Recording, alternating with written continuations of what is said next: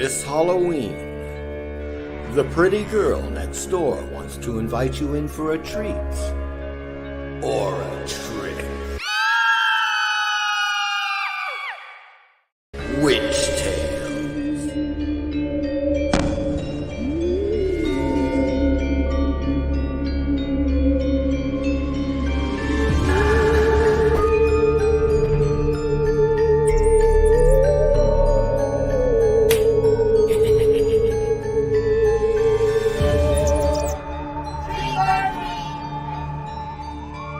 Hello, my missing ingredient.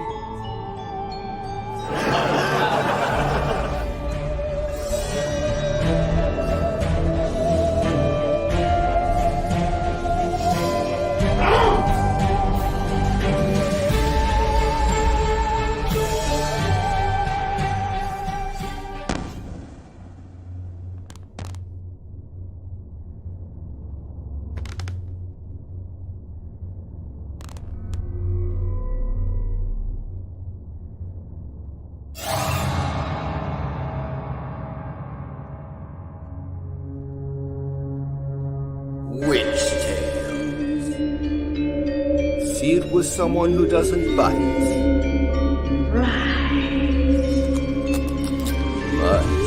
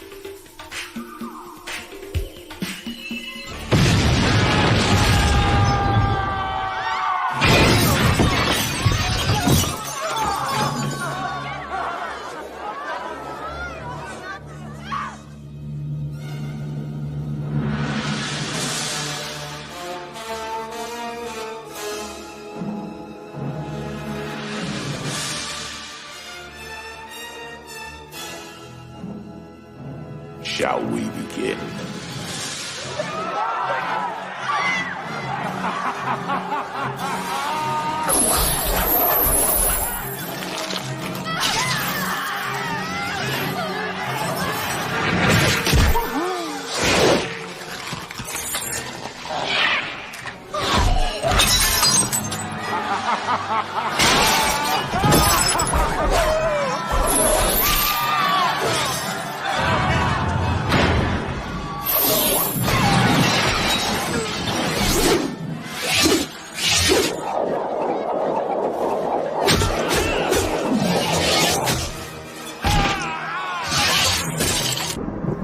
This footage was shot by parapsychologists investigating the case. It's in here. It's in the glory hole.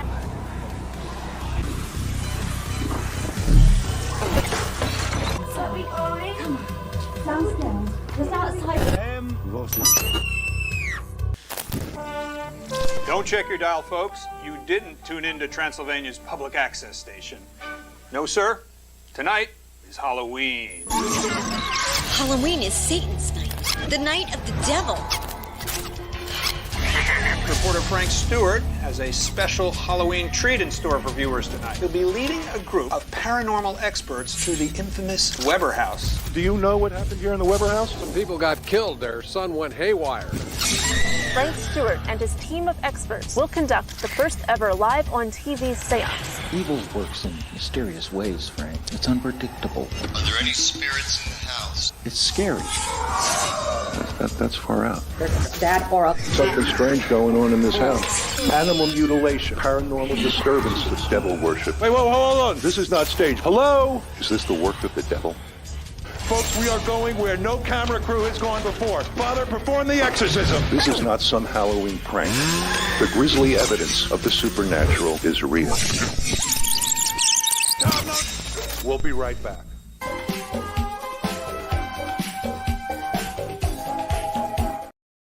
Greetings, fiends and lovers of fright.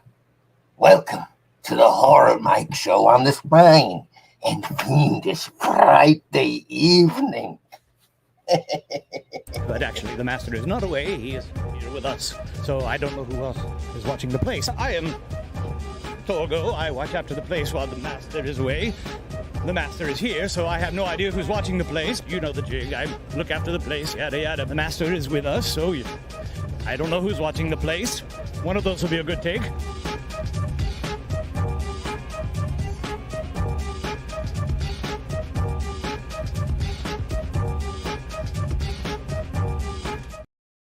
Good Lord, I don't know what the hell that fiend was that was in here. Was some kind of a shocking-looking monster. I have no idea. Folks, good evening. Welcome to the Horror Mike Show on this fine and fiendish Friday evening. And, of course, tonight is officially the Halloween show. Good Lord. Yes, and boy, do we have a show for you tonight, my good fiends. You've just seen a lot of trailers and clips from various films. First two things you saw were from my films, Horror Anthology Movie Volume 1 and Witch Tales, which are both available for rent on Amazon. And I believe, yeah, there it is. I've got the link here. I'm going to dump the link into the chat here. There we go. That is for, folks, that's for Horror Anthology Movie Volume 1. That's 2 hours long. It's $2 to rent on Amazon. One hell of a deal. Let's just put it that way. However, even more appropriate. God, I hope I have this thing. Oh, indeed I do. Woohoo! Even more appropriate for the season, my good fiends, I have Witch Tales. Now, Witch Tales was the very first trailer you saw tonight, and that is a horror anthology movie I shot in the country of Peru in 2019, was released in 2020, and it takes place on Halloween night. It is literally a Halloween horror anthology film that you can rent on Amazon. And that is the link to that, folks. If you're looking for some Halloween horror from your old pal Horror Mike, you may want to check that out. All right, folks. And then, of course, we saw a variety of things. I don't know what the hell it was. For some reason, I was on this disco type of Disco Strangler. Remember that? Good old Disco Strangler. From the most, when you hear Disco Strangler, you don't think of the Eagles. But yes, it was a song by the Eagles when they, in their dark period, from Hotel California in the long run. It was like the late 70s when they kind of just got rather jaded and and dark. And so they did this song called Disco Strangler, which has been kind of whirling around in my head, as well as Soft Cell's, what the hell was that? Sex Dwarf, which of course is about luring disco dollies to a life of vice. That's Sex Dwarf, folks, from Soft Cell. If you ever saw the original video, it is on YouTube. That thing's almost X-rated. It's hard R. There's no doubt about that. And it's damn close to getting an X. Let's just put it that way. Incredible. But in any case, the disco theme, and as you saw, that was Jason Takes Manhattan, where he offs this chick in a disco ballroom there. And then a Hellraiser clip attacking another club or disco and horribly mutilating the various people in it, which is, it's really a great scene, actually, from that film. And then a couple of mockumentaries. Now we're going to take a look at a few of those tonight. Halloween mockumentaries, folks. We're talking about the 1992 production from the BBC called Ghost Watch, which was aired once and promptly banned by the BBC forever. Okay, now you can get it. It is currently on Tubi. If you haven't seen it, you should really check it out. It's one hell of a Halloween horror event. Okay, that's what I'm talking about.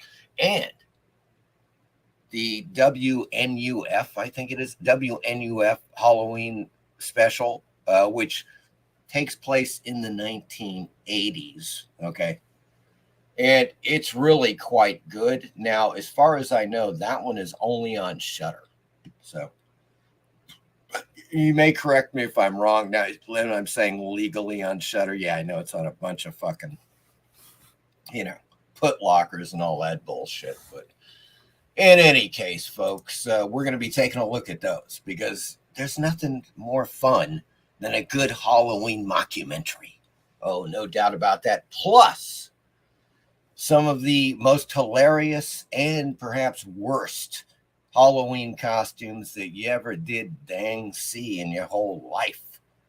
Let me tell you, there's some outrageous shit out there, and we're going to take a look at it tonight on the Horror Mike Show. Okay.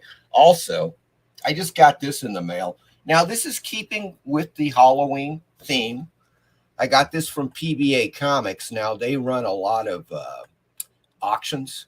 So they're running a Steve Ditko Strange Tales, the Steve Ditko sale on PBA as of October 31st, naturally. That's perfect timing. So we're going to take a look at a few creepy gems that are in store on this auction. You may be interested. There's some really good stuff. So we're going to take a little look over at PBA Comics tonight, folks. Check out that. I just love that old Doctor Strange. It is just it's so Ditko. Okay, let's put it that way, folks. Let's head on over to the chat without further ado. Okay, good Lord. All right, let's see who we got here. Wayne Butler is here. Hello, Wayne Butler. How you doing? Disco sucks like love stinks, says Wayne Butler. I am one of us, says hello, Mike, and everyone in the chat.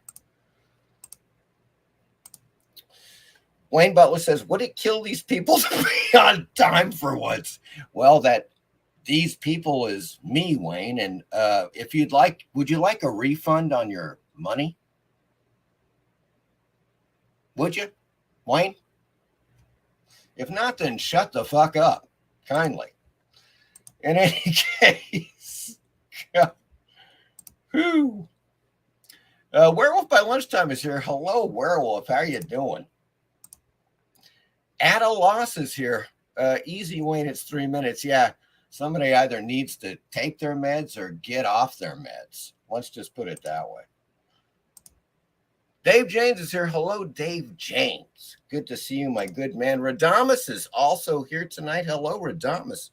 Howdy, all you cretins. Oh, and Horror Mike, too. Wait a second, I'm not a Cretan as well? Come on, man. Maybe we should form the Cretan Club. That would be great. Thomas Fairfall is here. Hello, Thomas. Good to see you.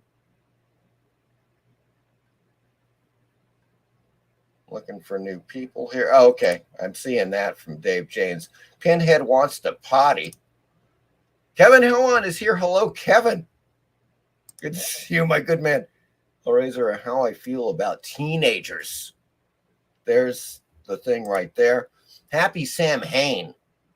Whoever Sam Hain is. I know Sam Adams. And I also know Foster's. Okay, and I'm drinking an oil can right now, folks. Kevin, yeah, as a matter of fact, let me do this because you were talking about, we were talking about this earlier. So what I'm going to do, I'm dropping the invite link in the chat, Kevin. So if you want to come on in, please do. Please do. As we were talking about before. Now, I did also talk to the captain, the good captain, Captain Strangeliffe. And he may be coming on tonight as well. So that would be quite good indeed. The little guy there. Okay. You can. Oh, God. Once again, folks, there is the link for Horror Anthology Movie Volume 1, which is for rent on Amazon for $2. And Halloween horror anthology film Witch Tales, my very own, shot entirely in the country of Peru. The haunted country of Peru, I might add, my good fiends.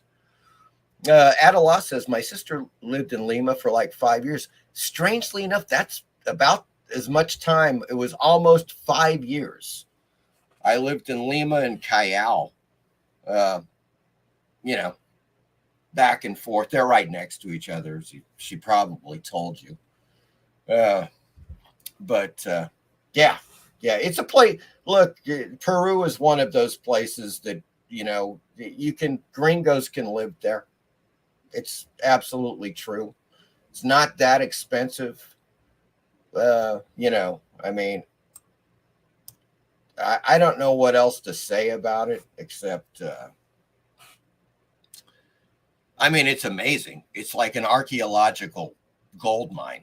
It's an archaeologist's heaven, I think. It's insane. I've never seen anything like it. You just go anywhere, go to the north, the south, the, you know, east, whatever the fuck. And you're going to find all kinds of ancient parts of ancient cities, you know, ancient cultures, and so forth. It's incredible, you know. And of course, that's where the Andes Mountains ends, really. So it's fascinating, you know, all kinds of stuff. It's incredible. It's kind of like, you know what Peru reminds me of?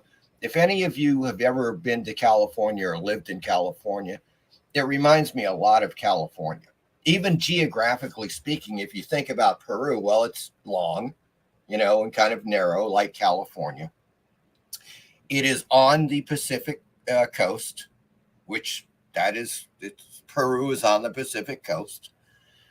You've got similar conditions like for surfing. It's very similar. There's a huge surfing culture in Peru, and which is totally great. Same type of waves and stuff, same type of water. It's really interesting.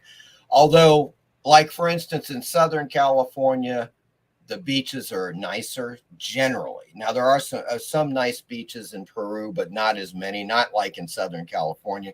When you start going Northern California, that's where the beaches start getting rocky and all that shit, like most of what the Peru beaches are like, the coast, you know.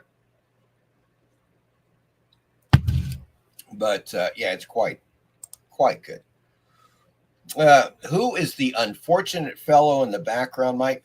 That happens to be Skelly, my good man. That's You know the Halloween decoration company Beistel? I think they're called Beistel. They've been around for decades. I think they came out like in the 1920s or 30s. That is a Beistel skeleton. It's a reproduction. It's not an original from that period, but it's an exact reproduction of the type of the Beistel skeleton that we had when I was a kid. Our family bought one of these Beistel skeletons. We hung it up. Maybe we had a couple of them. I don't know. But it's fantastic. The detail is great. I highly recommend it. You can get them on eBay. Just look for, five. I think it's a 5-foot skeleton. Maybe Beistel 5-foot skeleton. It cost me $10, free delivery. $10, folks. $10. That's what I'm talking about right now. Wayne has seen Ghosts watch. Well, what were they watching? That's my question right there. There is the live link, Kevin. If you are interested, my good fiend. I don't know what happened to our good fiend, Kevin, but maybe he'll see that. I don't know. Dave says, I watched Ghost Watch a week ago. Really good movie. Creepy enough for me. Yeah, definitely. I mean, you could kind of imagine, just like I did a video on it, just like the War of the Worlds by Orson Welles, which they made into a movie called The Night That Panicked America, because it did, because people thought what they were listening to on the radio was actually happening, because they did not hear the disclaimer at the beginning of the show. Well, a lot of people that came in to watch Ghost Watch did not see the beginning of the show. So, consequently, they did not see the disclaimer. And some people thought it was actually happening. And they started freaking out, and they had the real number. Like you'll see what I'm talking about. But during the program, they have a number you can call into, if you have a ghost story or something that you want to talk about, supernaturally related, you can call in. The number was real, right? They had over 1 million people, 1 million calls that night from that program. That's insane. That is and of course there was a lot of panic and confusion with that. Cheapo is with us tonight. Hello, Cheapo Comics, the spookiest and mightiest chat on YouTube. Werewolf says, I took my wife to Africa once. Jamaica? No, she wanted to go old but gold. And that's, that definitely, it does.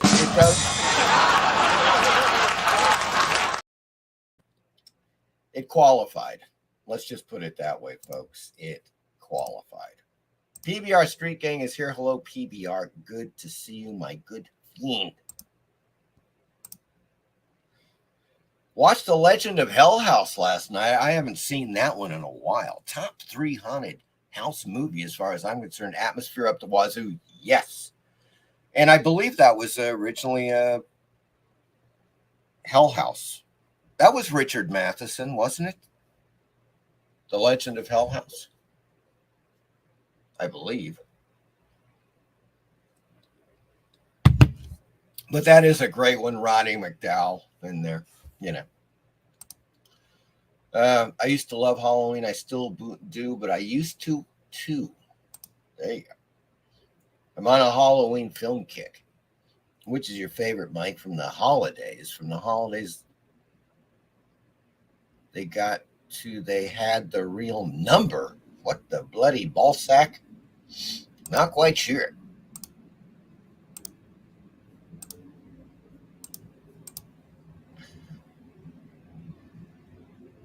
Oh, Halloween film from the Halloween series. The only one, Halloween 3, Season of the Witch. It's the only one that's worth a shit. I hate the original Halloween. I thought it was the most boring piece of crap I'd ever seen in my life. I don't know how people thought that was even remotely scary. I just don't get it. It was crap. Okay, you did have PJ Soul's tits in it.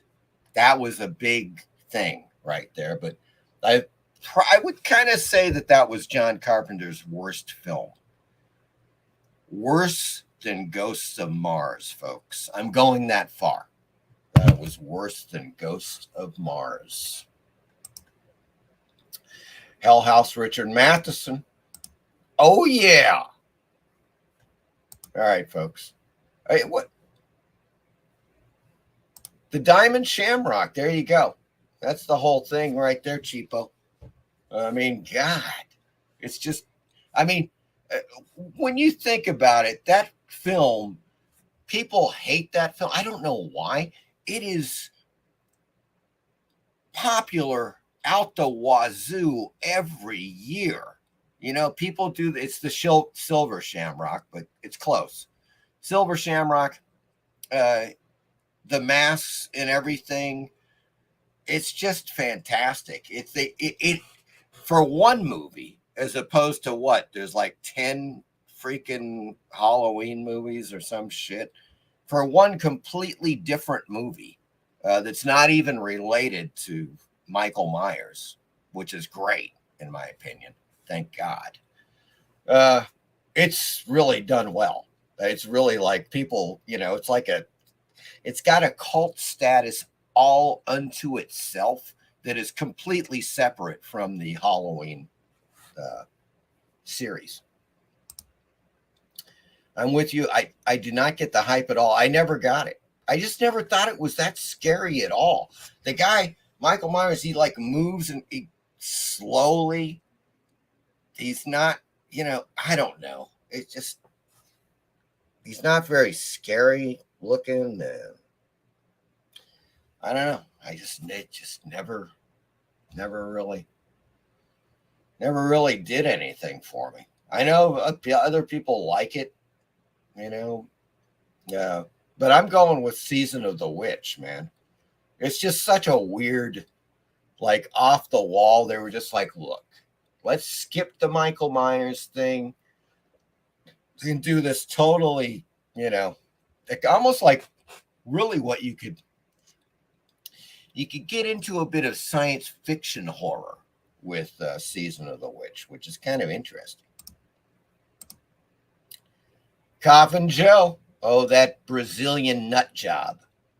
I swear to God. Yes, I've seen several of his films. Silver Shamrock. I enjoy Halloween, but Season of the Witch is much more rewatchable for me. Yeah, that's it. That's the only one I watch. Literally, that is the only one I watch. Season of the Witch. That's it.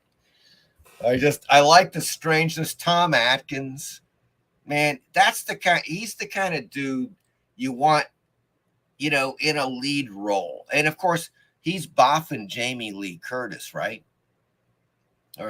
No, he's not. That was The Fog. Sorry about it. Man, he got around. It was the other chick. What was the name of that? She was pretty hot. She's in Season of the Witch. He gets to boff like these incredibly hot chicks in the horror films. Have you noticed that? Tom Atkins, man, he got around, folks. Tom Atkins. A toast to Tom Atkins and his horror boffing skills. Let's put it that way.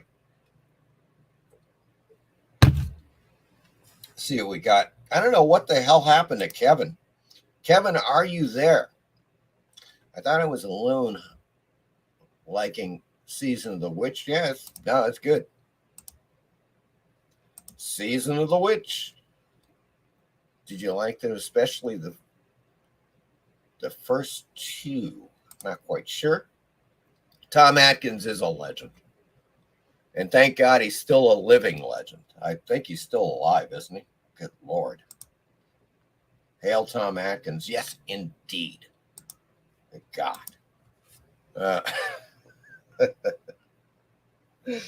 Oh, boy. So what the Kevin, are you there? I'm calling Kevin Hellon. He was in the chat. Here, let me go over. Hold on one second, guys. I'm going to.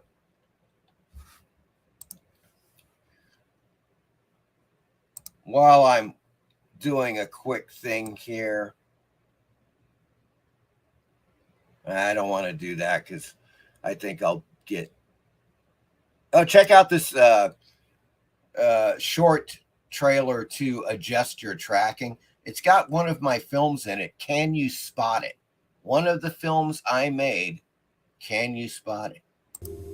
VHS has always been just like fucking my balls. That's my manhood right there. Is this?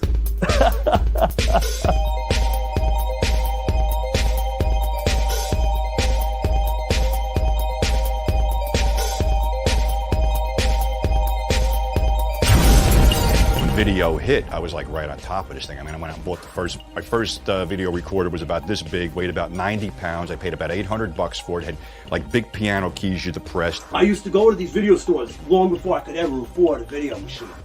And I would just stare at the tapes and drool. There was always a bit of a thrill to pop one of these VHSs into your machine and see a film you couldn't see anywhere else. I was there when it was like thriving, and then there when it started dying out, so it was there for me to just kind of like, okay, like, oh, you come with me. We're still watching tapes nowadays. I mean, we're not in our flying cars, but we're still watching VHS tapes from, 1976. I think that's like...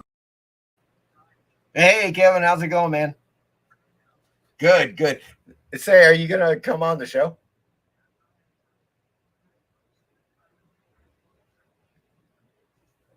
Yeah. Oh, okay. Yikes.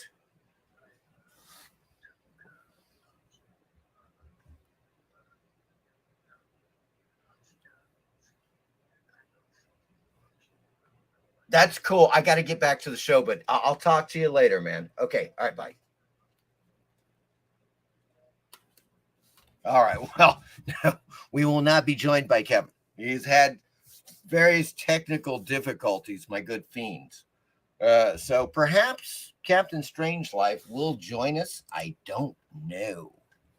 I do not know. But first off, folks, let's take a little look at the Steve Ditko auction, which is coming up. If I can get this. Now, this is from PBA Galleries. There we go. All right. All right, now check this out. This is, I think it's quite interesting indeed. Okay, these are a few that I thought were particularly, of interest going back to the early 50s. Some people may not realize that Ditko did pre-code horror comics. But here, yeah, you've got issues 27, 28, and 29. And one of these issues, and I believe it's 27, has got Ditko's second story, the second story he ever did for comics in it. A little bit of a close-up of that. There we go. Black Magic. I've got a couple of issues of the original Black Magic pre-code. Racket Squad, I don't know, but it's got a Ditko cover. Another Racket Squad. Now, yeah, Space Adventures. Let's take a look at this. Space Adventures, there's a couple of really great covers. Really great Ditko covers. Let me see if I can expand this a bit. There we go. It's a bit better. Can't really push it much further than that.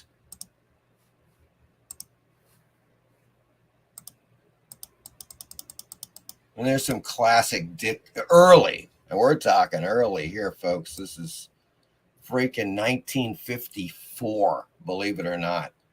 Years before Doctor Strange and Spider-Man and all that stuff. It's Steve Ditko doing pre-code sci-fi and horror comics.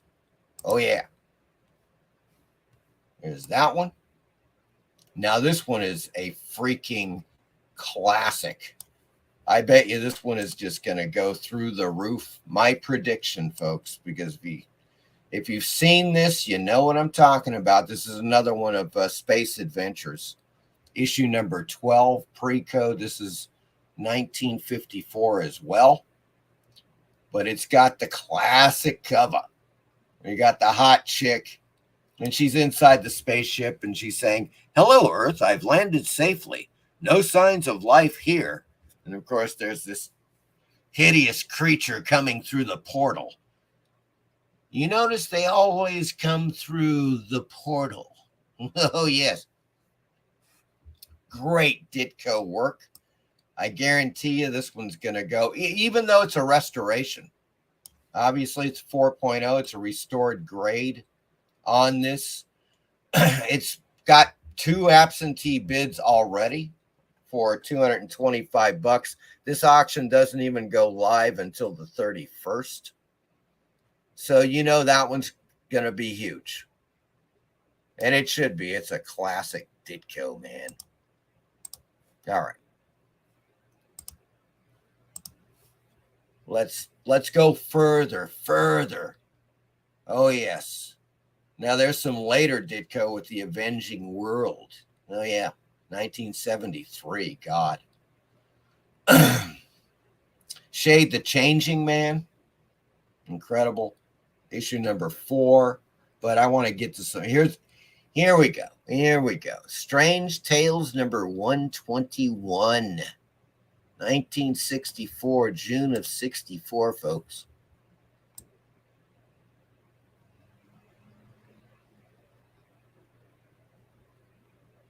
Nice. I'm going to have to bring this down 1, though, because I think it's just, yeah. It looks better that way. You just really can't tweak it too much.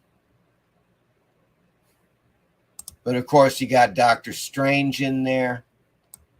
And it is a 7.5. Pretty high grade. Let's see if it's gotten any. It's got a starting bid of 100. And, yeah, it's already got 2 bids. That's not surprising. Absentee bids. Let's go back. More Strange Tales. Ooh, we got some thing on the Strange Tales right here. Number 127.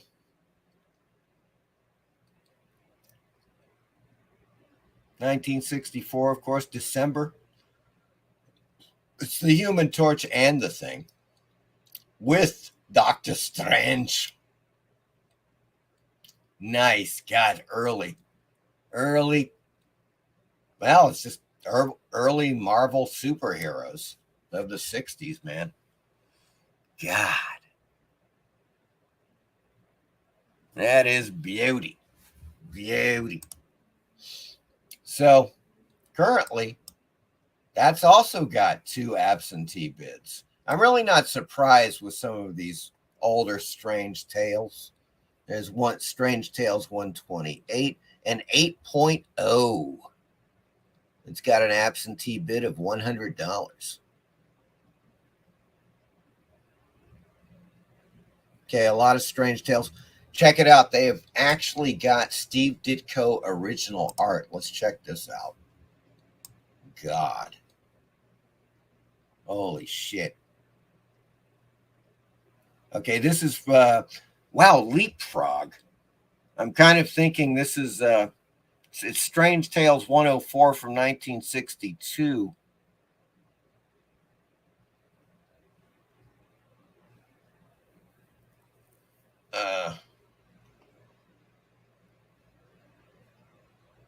That story seems familiar. That is classic early Ditko, though.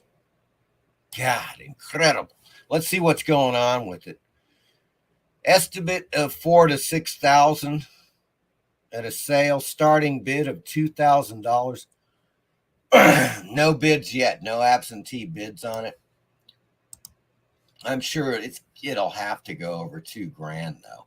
I mean, that's original Steve Ditko art from early Strange Tales, number 104. And there's another one from this. It's the same one. It's page 3 of Leapfrog. Same story. Damn. Oh, hold on. Oh, I see Kevin's on. He's you've made it, my good man. I made it. How are you doing, man? I'm doing okay. I got a bit of an earache, but other than that, I'm doing good. How are you doing, Michael?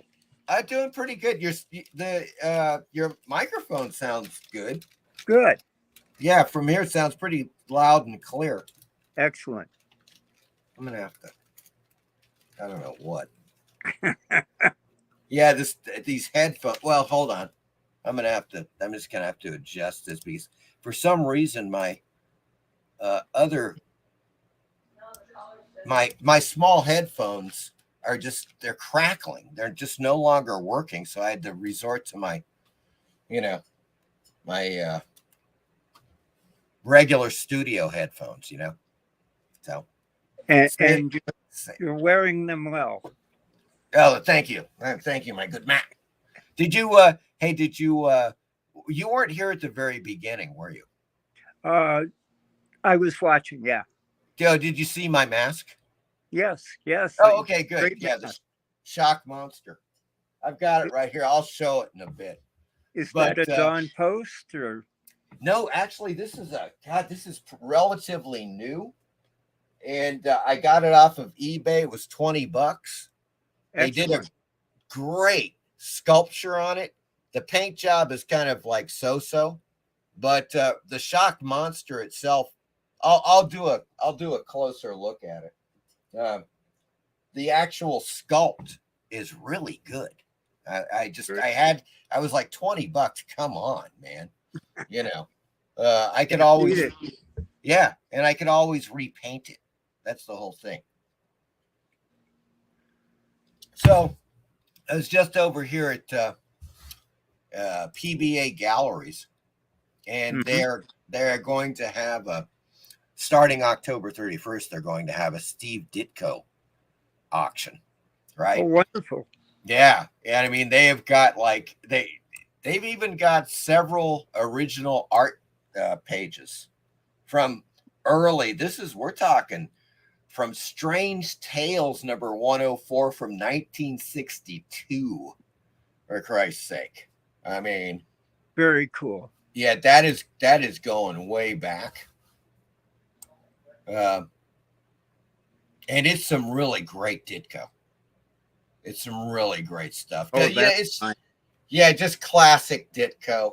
I mean, he's one of those guys that back in that era was really easy to spot. He just had there was a style that nobody else had. Hard to really pinpoint, but it was just different. Like his Doctor Strange, you could always tell his Doctor Strange and Spider-Man. It just. I was just going to mention the Doctor Strange stuff. I collected comics mainly from when they were 12 to 15 cents. Actually, when they went to 15 cents, I figured they were too expensive. Right. Yeah. Oh, yes. I know exactly what you're talking about. But yeah, Ditko's stuff was classic, wonderful stuff. Yeah. Oh, absolutely. And it is fitting that they are having this auction. They just got a ton of stuff. Let's scroll down a little more. Check it out. Of course, they have Amazing Fantasy. I had 15. That one. You had it?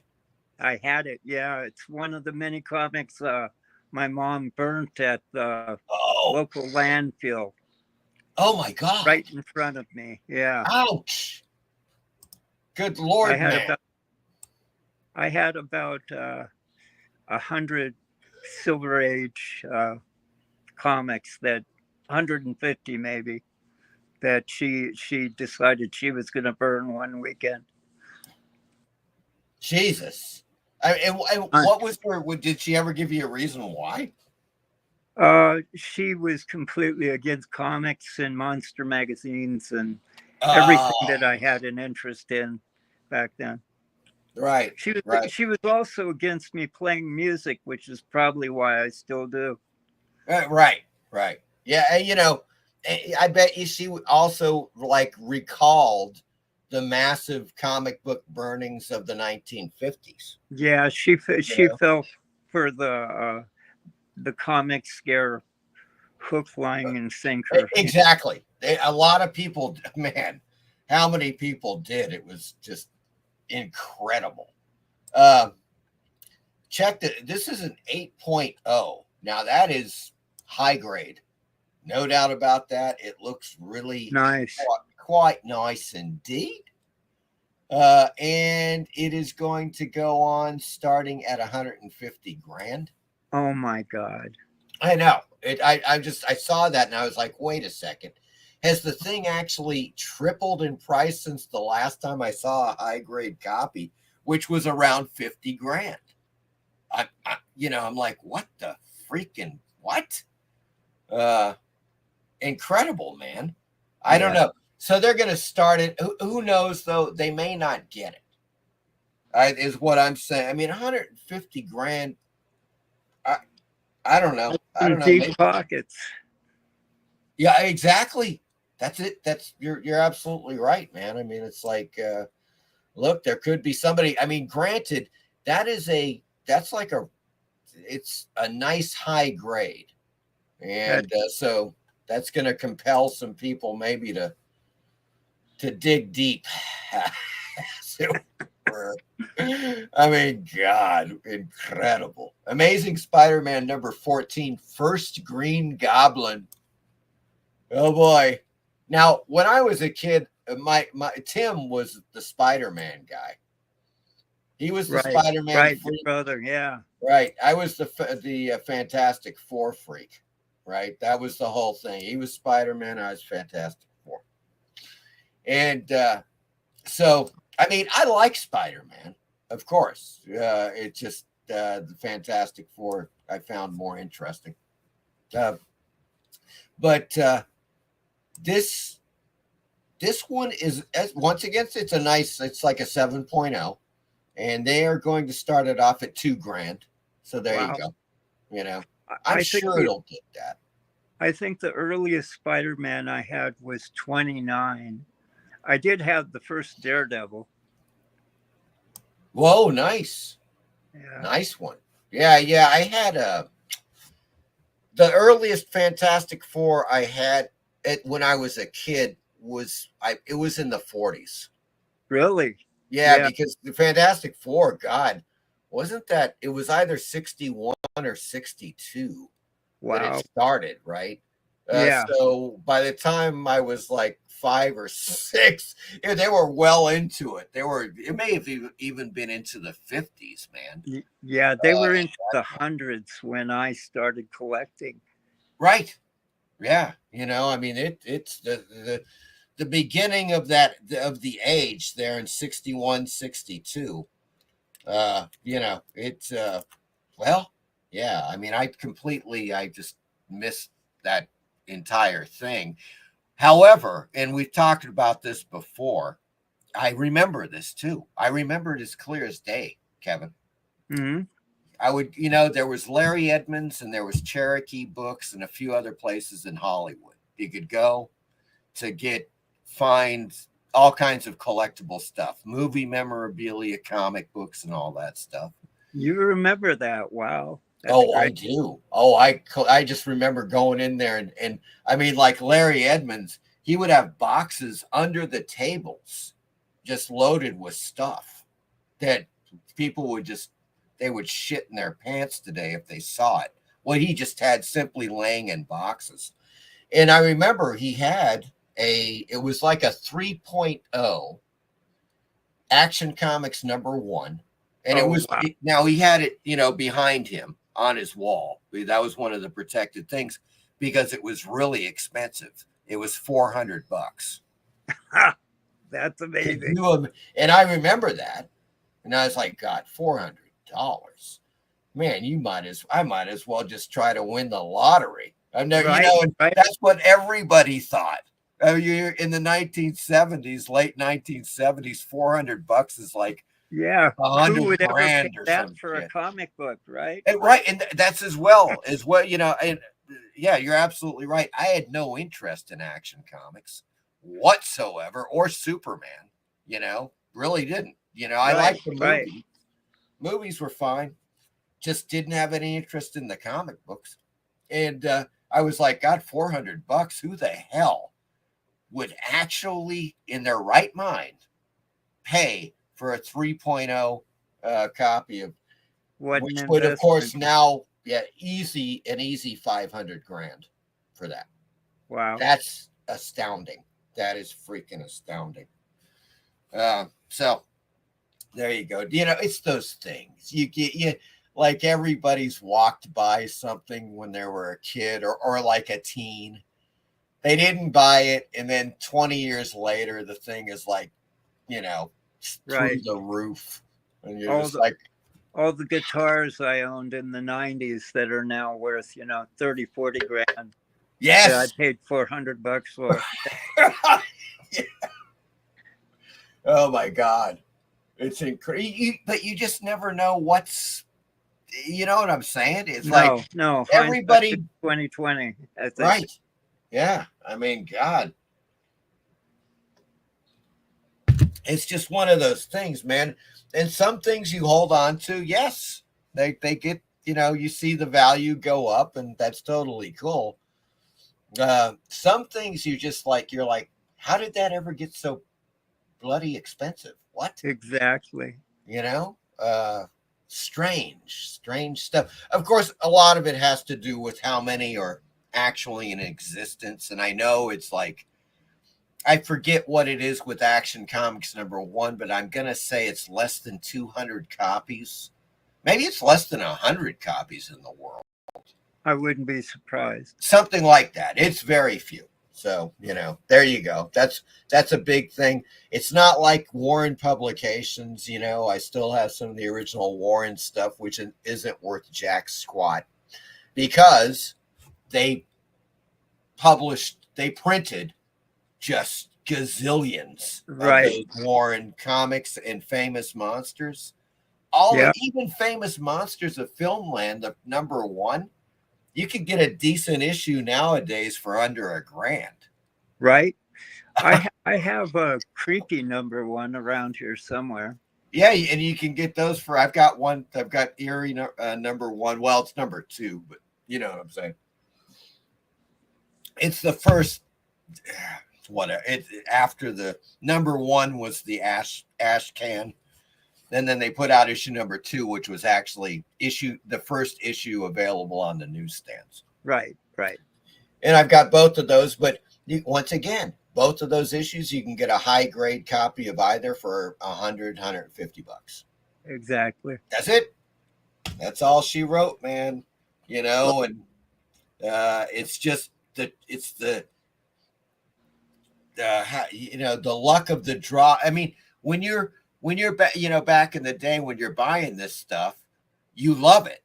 That's why you buy. You're like, oh, this is the coolest shit in the world. I'm getting this. That's it. And thank God I couldn't even imagine God being like one of those, just, I don't know, how would you call them? Like just a by the numbers collector. Indeed. And you see so many of them today, like young, like 30 years old. And, you know, it's like, well, it has to be a slabbed 6.5 or greater, and I'm not going to buy it if it's not. Right. You know, all this shit. And I'm like, oh God, what's the point, man? You know? But that's how things have gotten, you know? I mean, you may have seen shows on YouTube, people that have their collections, people that seem to only buy slabbed comics. Right. They never read them. Which just proves to me that some people have too much money. Exactly. Yeah, they're just buying them. They're like, well, they are going to increase in value probably through the years. It's just an investment like anything else. Indeed. They're not, there's no appreciation of the art or artists or, the stuff that went into them. So how many pieces of Ditko are they selling on that auction? Well, so far I've seen 2 original pieces of Ditko. All of these, the rest are comics. They do have some really oh my God, here's something weird. Now I just saw this. Let's take a look at this. I've never seen this before. Okay, Strange Tales number 110, fantasy cover by Cyril Jordan. Wow, I don't remember that one. I don't remember that cover. Well, it says, okay, I'm not even quite sure what the hell this means. It's painted by Cyril Jordan. What? Okay, it says, what if Stan Lee had let Steve Ditko draw the cover to Doctor Strange debut?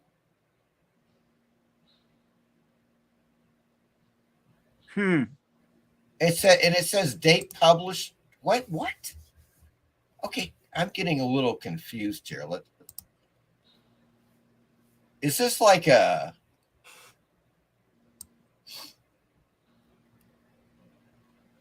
It's almost like fan art, I suppose. I don't know. I don't know what the hell that is. Oh, well, in any case, it's a cool looking cover. It is a very cool. I've never seen it before. Quite interesting indeed. Now let me check. I'll go back up here and see if there's a should be right here, right? Oops. Oh crap. Where did I get that? Okay, there's space. I love that cover. Oh, that's a great cover. God, one of my favorite Ditko covers. And this one's going to go, even though this is a restored 4.0 and it's restored, it's going to get some major attention because this is one of those classic sci-fi pre-code. What's the bid now on it? The bid currently, it's got 2 absentee bids.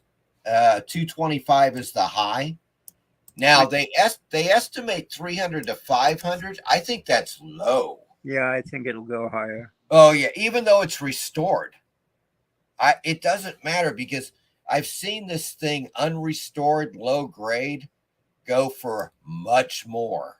I think people are just happy to get one because you don't see it a lot. And Ditko, man, his pre-code work is really great.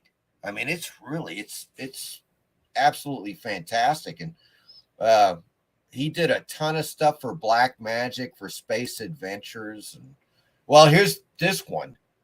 Okay, this one is got to go through the roof, even though it's just a 2.5. The Electrocution cover by Ditko for Strange Suspense Stories. Right. Number 19. Check that cover out. Oh, that's wonderful. Operator, you've got to get through. He's innocent. They're ready to fry him. That is just gorgeous, gorgeous Ditko from 1954.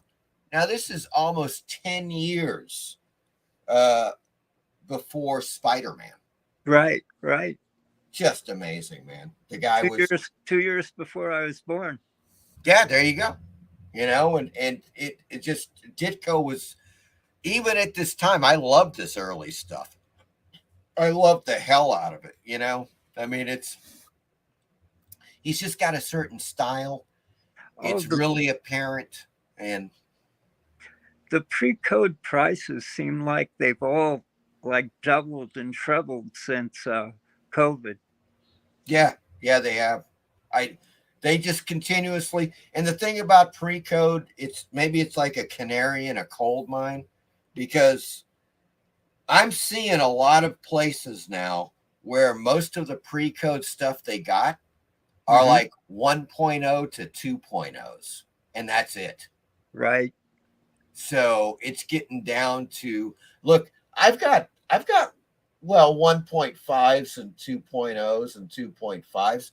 I don't care. Right. I mean, it's like, I would look, if it looks fairly decent, but it's got like part of the back cover missing, I really don't care. Well, there's such a scarcity now, and you're just not finding collections under Grandpa's bed anymore. No, that is getting so rare. Amazingly enough, Kevin, it's still happening. Matter of fact, I just was reading a story. This was a few weeks ago. This guy finds, he went to an estate sale. Okay. And they had boxes of this guy's, and the guy had books, magazines, and there were comics buried in the boxes. That's wonderful. Yep. And he just found some astounding stuff that was worth tens of thousands of dollars. Right. And that is, like, you're absolutely right. It is a blue moon. Once in a blue moon, it happens, but it used to happen so often. Oh my God. But when you think about it, I mean, think about this, Kevin. Okay. 1950 to 1954. Let's just say that prime pre-code era, right? There you go. Okay, so you got a kid, 1950, he's 8 years old, right? So 1950, he's 8 years old. He was born in 1942. So in 2002, you've been 60. In 2022, he'd be like 82 right now. Right. And those people are dying. Yeah, they're aging out. Right. Yeah. So it's still gonna happen. Although I agree with you, it's just you just hear about it less, or maybe people are talking about it less. You know what I'm saying? Because people are like, I mean, it's just like, you have like, since you have, I mean, I wouldn't be surprised. It would be hilarious. That's the one thing I loved about that movie, The Ninth Gate. Polanski's The Ninth Gate so much it was the world of rare book collectors and how sleazy they are. Indeed. And it's perfect. And I would love to see a movie like that, and like really well done like that, about rare comic books. And like, it'd be great. It'd make a great series. Oh, it would. Oh my God. Just like I could see it now, or just even a one-shot movie. Indeed. But yeah, hold on one second. Let me just grab something.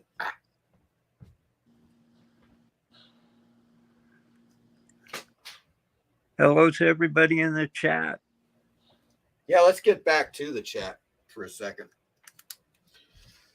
Can you hear me all right? Good? Okay, good. Yeah, let's get. Oh shoot, my glasses just fell into the abyss. That's always bad. Okay, there we go. All righty then. Let's get back. I know that some people have commented. There we go. Now let me remove this for a second. All right. Let's get back to the chat. Oh yeah, we go. Oh my God. Okay, that's.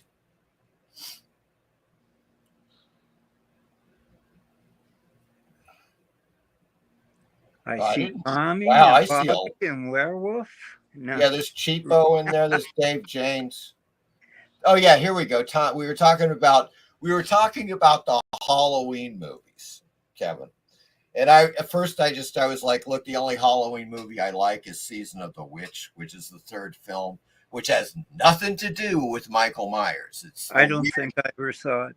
It's the weird one with Tom Atkins, and that's what the three masks. There's like a skeleton mask, a witch mask, and a pumpkin mask. I remember when it came out. Yeah. Silver Shamrock, right? And it's just really cool. It's weird, and it's got Tom Atkins in it. I'll have to watch it. I was never a big fan of the Halloweens. I don't like them.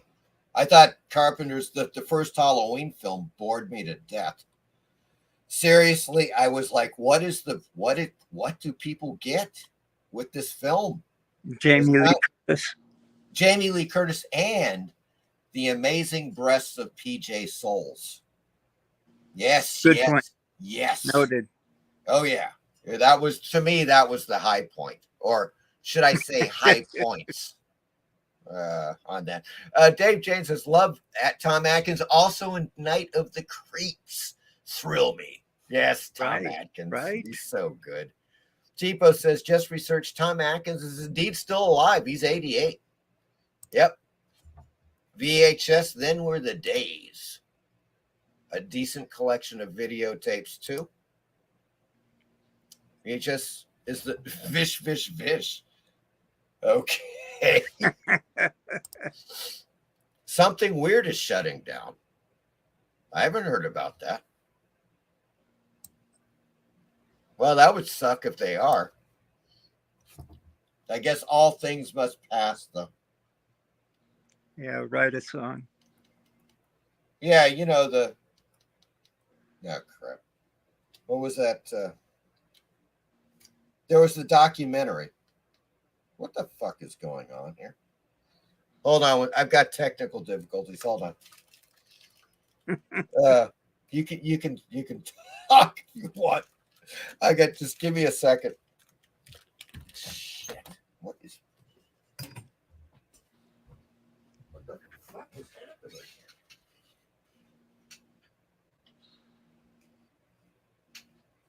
Fucking little turd.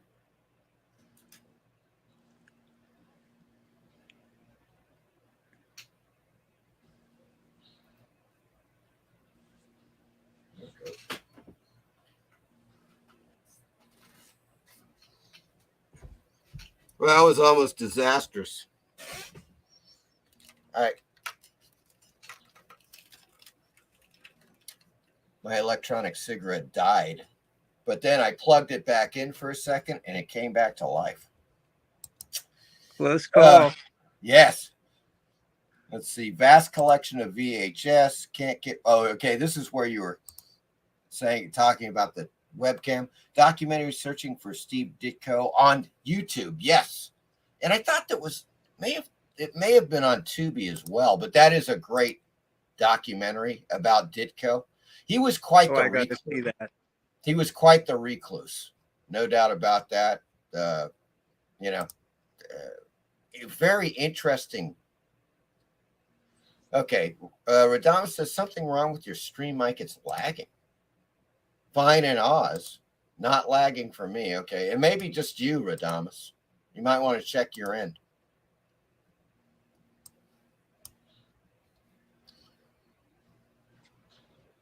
There you go. Stacy Nelkin was the actress in Season of the Witch. Thank you. I prefer Ditko's pre-Spider-Man stuff. Some of that stuff is way out there. Yeah, it's great, man. I love all this pre-code horror and sci-fi. It's fantastic. Steve Ditko used to live in the sleazy part of 42nd Street. Did he really? Yeah. Classic New York, man. Classic There's New York material. Yeah, and in the documentary, Kevin, it's great because this guy, he goes there. The documentary guy, he goes to the apartment building. That's great. It's really quite good. It's definitely on YouTube. It might be on Tubi. Looking for Steve Ditko. Those are beautiful Steve Ditko panels worth the $4,000. Yes. Oh, absolutely. God, man. Ain't no doubt. McFarlane stuff goes for $100+. Yeah, I know, but Ditko's in the low thousands. The world is mad. That's quite all right. Although, look, I can't, McFarlane, he's got his whatever. I'm not really into that type. It's just like something happened in the 90s with artists with comic book artists, and I just couldn't connect with it. Well, it's I like McFarlane. I like Spawn, but it was a complete different generation. It was the generation of the comic artist rock star. Yes. Yeah, you're absolutely right. Yep. And it was just also, of course, computerization came in with the coloring of the comic books. It changed the look of them forever. I just never got into that at all. There's something about it that I don't know. Just doesn't, I couldn't connect with it, but you're absolutely correct with that. It was the rock star comic book artist thing, I mean, if anybody should have been a total rock star comic book artist, it would have been Dave Stevens. And of course he died. So he would have been. I mean, he was there in the late 70s and through the 80s. He was incredibly popular. Right. And he got his movie in 1992, I think it was, with Rocketeer with Disney, which is rare for any comic book artist to, score a big deal. But it flopped, basically. Yeah, it was a terrible flop, which is too bad. It is too bad. I love that film. It's such a great film. I'm like, what? What is not to like about it? Was that strange period there in the early to mid 90s in particular, where they were going back and they were doing pulp stuff, like they did The Shadow, they did The Phantom, and they had the Rocketeer, which was totally a pulp character. He was, that was absolutely. And all three of them didn't make money. No, they didn't. And all three of them are really good. I totally did the hell out of all of them. But it was like, you kind of wonder, like, okay, what were they thinking? Like, what were the studios thinking? I mean, we know, like, those characters, the Shadow in particular, of course, the real pulp characters, the Shadow and the Phantom. Yes, they were popular for decades. What was the thing in the early 90s that studio executives said, okay, look, we're going to fork out tens of millions of dollars to make these movies that are pulp characters from the 1930s and 40s that were really, what Good was question. the thing? Yeah, not sure. And they did them really well. They did, like, it was no BS. It was really well done. But what year did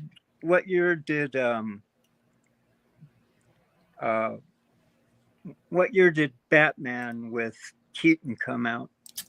Wasn't that late 90s? I want to say 96 or 98. Okay. I think that was. There must have been some impetus. There must have been some success for them to put so much money into. I'm sorry. No, I'm way off. That was 1989. Okay, so it was probably Batman that. Maybe it was. Maybe you're right. Okay. Because, well, that was sense. After the Dark Knight comics came out. Yeah. Sure. Yeah. And of course, there were a few other pulp things they did. Okay.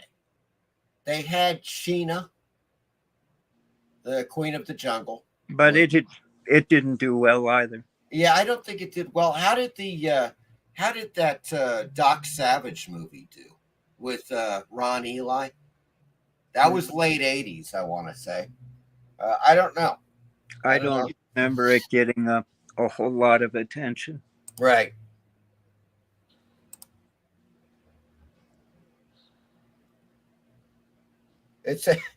Where was this, Kevin? You breathed in the smoke of an AF-15. CGC would give you a 1.8. Exactly. Yeah. Best Halloween candy. Oh boy. Well, when I was a kid, my favorites, I mean, just like kind of general favorite, and they were cheap, was the candy corn. Boy, I was a candy corn fan. Those candy corn fiends, yeah. Oh, I love the big wax candies that had the sugar water in them, the colored sugar water. I used to buy whole.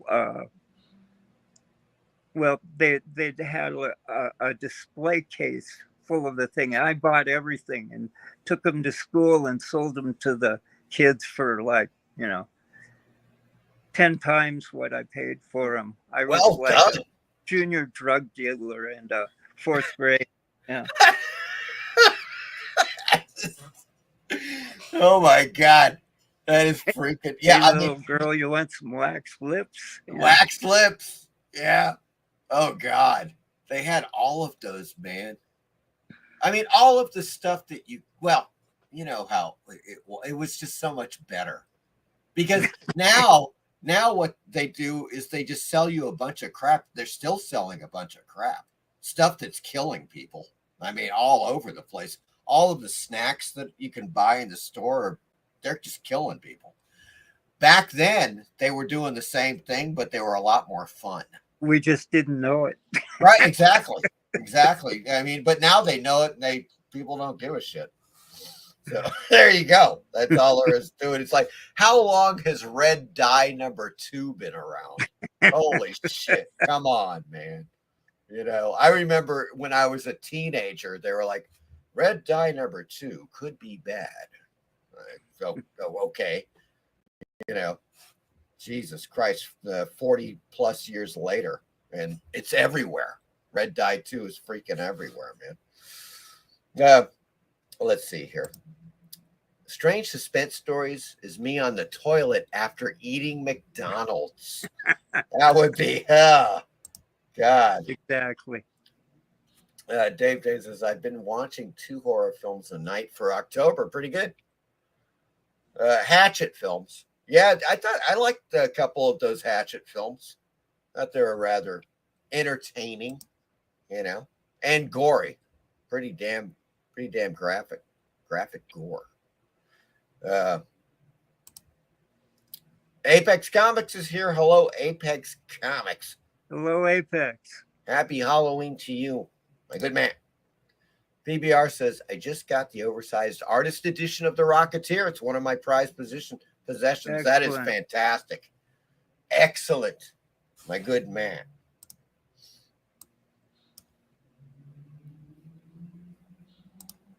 It's a great book, PBR. Yeah, that is. I've only seen it, saw it at a show.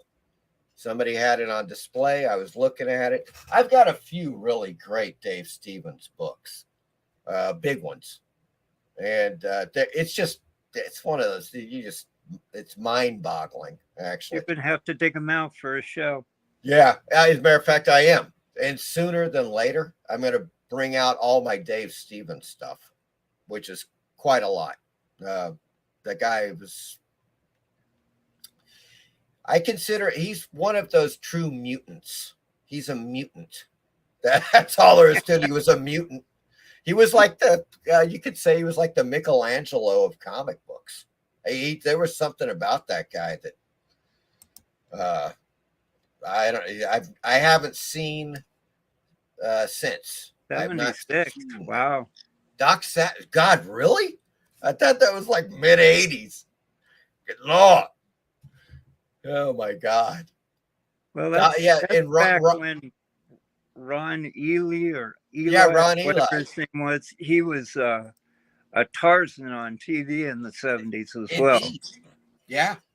And of course, this goes back. I remember this too when I was a young teen. We're talking, right in the mid 70s there. There's Captain. We got the Captain coming on. Oh, good. Yes. Okay, here we go. It's the Captain. Hello, Captain. How are you doing, my good man? Can you hear us? Oh, hello, hey, Captain. I've got my one beer. And There's a delay. There's a delay. That's weird. Are you getting a delay from me, Kevin? No, not at all. I got one. You may have it's a because you're using that Mac 2, Captain. That Mac 2. Good Lord. What? Oh, there I am. Are you good? Oh, there you are. Aye. Oh, you silly sot. How are you? Good. How are you, Captain? Oh, it could be better. How's the knee? Oh, I don't know. I woke up this morning shit my pants, but my knee was all right. Oh, well, that's, and as long as you don't shit on your knee, I think that's that would be. No, I'm all right. Okay, good. No shitting on the parrot. Yeah, we were just talking. I was looking for my parrot. I can't find it. We were just talking about God. Okay, Doc Savage, 1975, Ron Eli. You may recall that movie. You talking to me? Yes. Well, both of you guys. And I remember that because remember Jim Steranko's media scene back in the 70s? It was comic scene, and then it became media scene. And that was, I've got issues. I've got issues, folks. Well, I know you do. I know. I've got various issues. This is so good. I got some of the original Doc Savage pulps, but yeah, this is I'm gonna go solo for a second, guys. Go ahead. Check it out. Now this is a issue of Media Scene from Jim Steranko. This is a science fiction issue.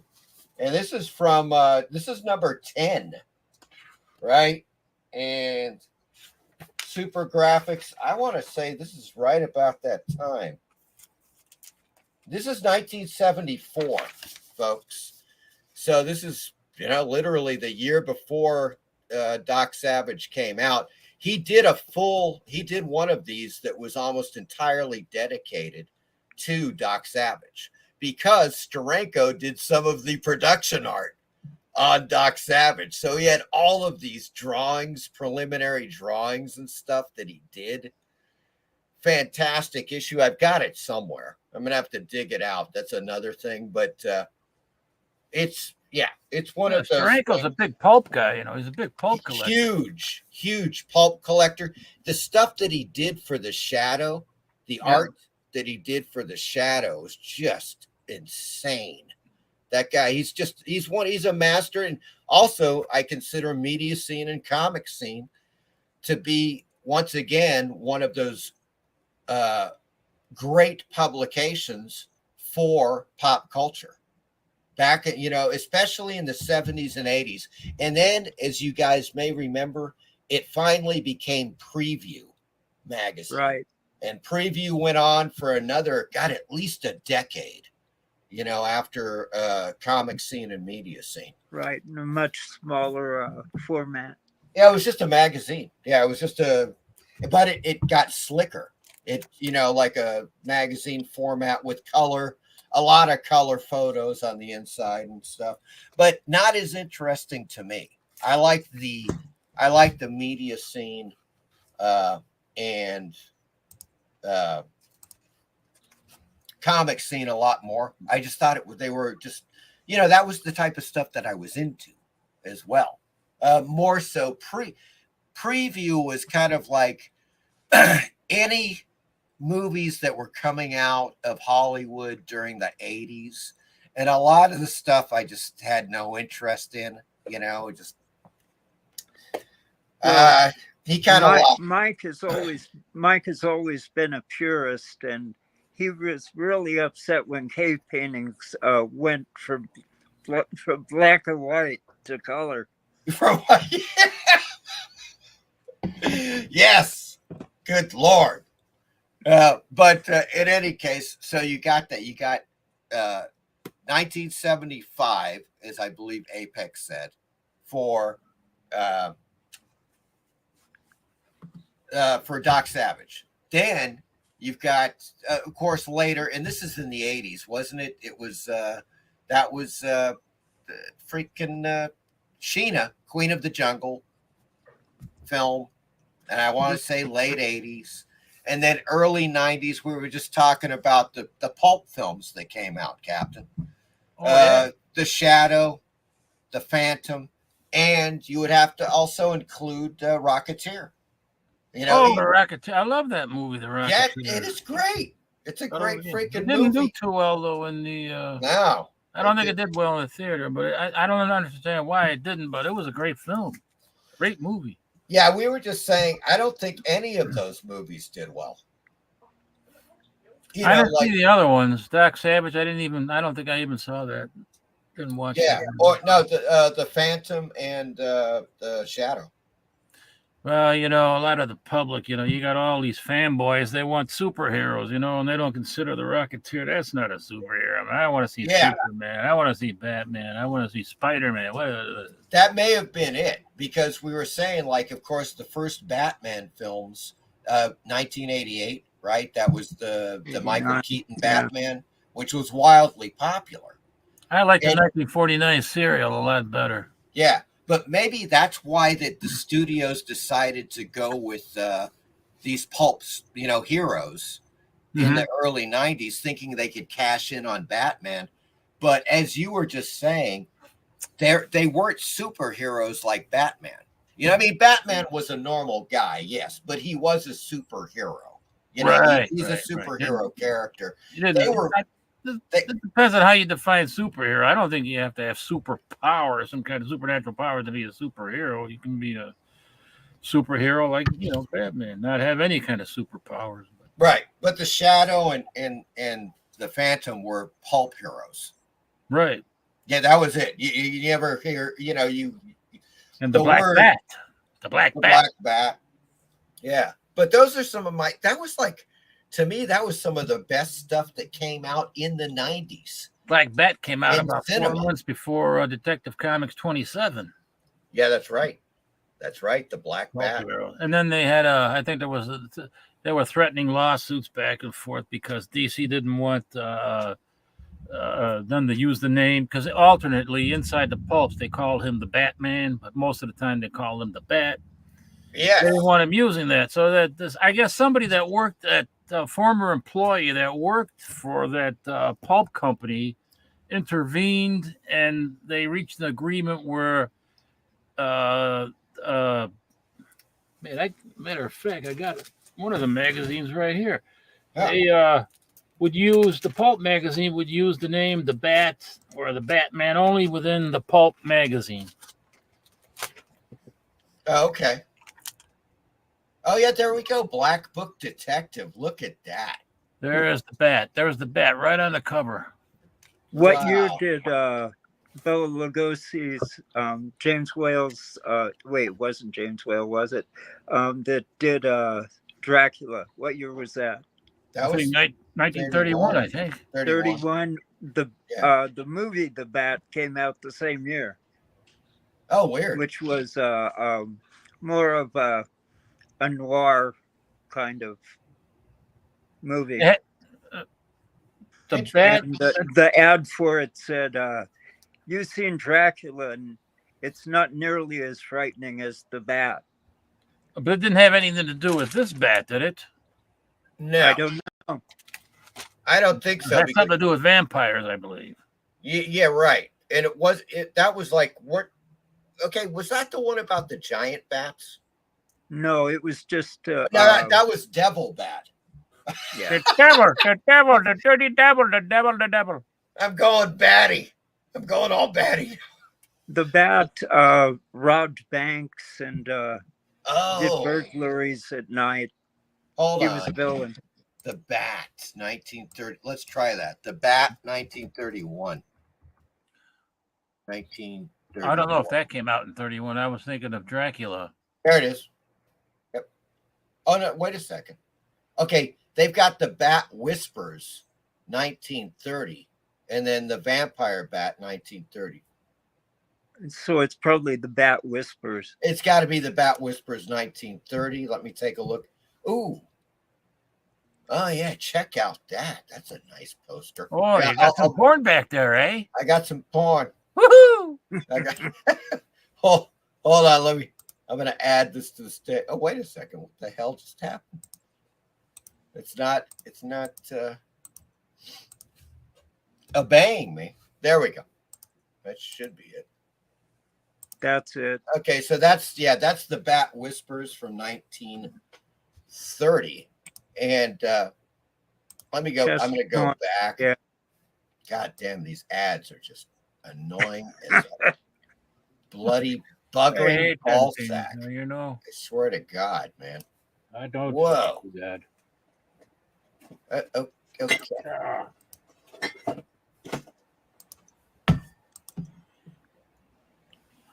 No good. Ah, shit. Why is it doing this to me? Oh, don't do that. There we go. Well, it's actually highly rated too. Yeah, it was I mean, a good movie.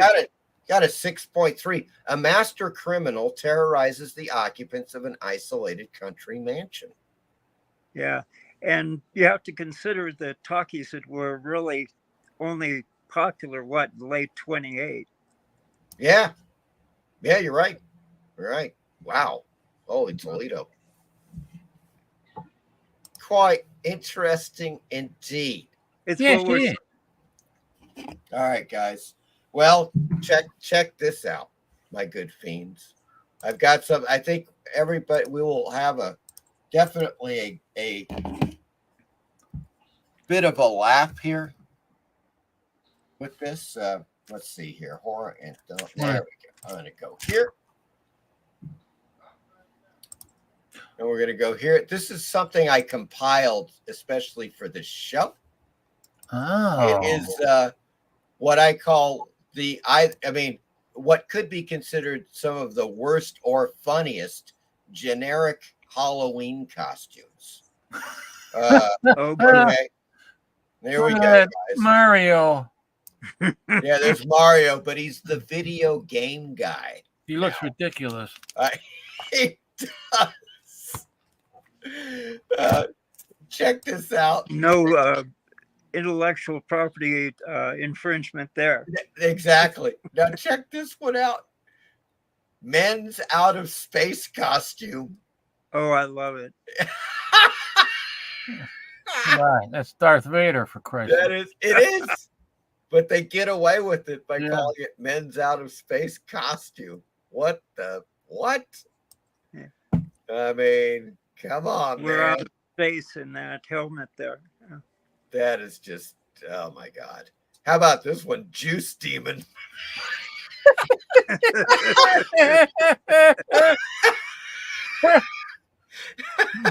The Juice Demon. Oh my God. Oh man. I'm sure Beetlejuice people thought about it. I'm sure they were like, that's pretty damn close, and we hate that costume. We should sue. Juice Demon. I don't know. I mean, what the living hell? Oh my God. Oh no, it's a bad thing. That is just too much. Now this one, I dig I dig the model. Okay, that's what I'm talking about. Misfit Sidekick. It's Misfit Sidekick. Yes. And it says the joke's on you on her shirt. Oh yes. Yeah, because underneath she's got it all stuffings. Yeah. Flat chested. The joke's on you. Yeah, that's. I'm really feeling the joke's on you. Harley Quinn in spandex. Exactly. Misfit Sidekick, folks, right there. This one is just too good. It's from that popular series, Unusual Events. What the hell? It's Unusual Events. Oh my God. Lord have mercy. What do they think of next? That is just too much. I mean, it's just like somebody, it just seems Somebody like give me a beer. Yeah, somebody really hated Stranger Things. And they were just like, look, we're going to do a really cheap ripoff of Stranger Things. But we're going to call it Unusual Events.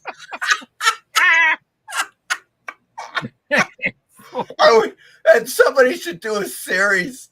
Somebody should do a freaking series called Unusual Events. It just toe the line between copyright infringement and satire. I mean, oh my God. At least these costumes. This is good stuff right here. I mean, it's just. I got some good stuff right here. What were you saying, Kevin? Did you say something? I didn't say stuff anything. Right here. Oh, okay. Oh, there you go. Pumpkin beer. It's pumpkin what? Pumpkin beer. Pumpkin spice. Pumpkin spice beer. Yeah, by the Southern Tier Brewing Company. Hold on. I'll put you on a solo. Oh, look at that. Oh, that's a nice. That's why I don't even want to open it. Yeah, man. It's just, I don't know. That's a nice looking. That's a nice. And then they got another one. This is very expensive. Monster. They got another one that's caramel. Oh my God! Wow. Okay. 8.6% alcohol. 8.6. Now you're speaking my language. This a 4-pack of this cost with the tax over $17. That's not surprising. Yeah, When I saw it though, I didn't buy it at the first store because that's ridiculous. I ain't paying $15 plus the beer tax and everything else. Yeah. So I skipped it. And then I kept thinking about the artwork on it, and I said, man, I'd like to have just the 6-pack or a 4-pack just for the artwork. So that's great artwork right there. Anyway. That's really well, whenever you want, I got comics if you want me to show them later, you can go ahead with your stuff though. Oh, great. Okay. Hold on. Let me just okay, where the hell? Oh, there it is right there. Exit solo. There we go. We're back. Yeah, I just have I just got it. So here's what I got, Captain. I've got my beer can. Fosters? My beer can. Oh, that's Australia, right? Yeah, for $2.50. Oh, that's a great beer. It actually, though, sadly, this is now brewed in the U.S. Oh, you're kidding me. Not kidding. Right there. Oh, brewed in the no. US. I mean, look, I used to drink it all the time in the 70s and 80s, and I don't recall. I mean, it seems like it's basically the same, so I'm not complaining that much, but it's sadly, it was an us, and it was cheap. The oil cans back in the late 70s, early 80s would cost you like 70 cents. You know what I'm saying? I mean, they were I remember it was a punk rock type of thing. People loved the Foster's beer oil cans, Yeah. Go to the punk rock show with a few of those suckers, and that's it. That's the end of you. You're pretty much set. Let's go on now. This is a bit of a somber one. Dead Parents Hero.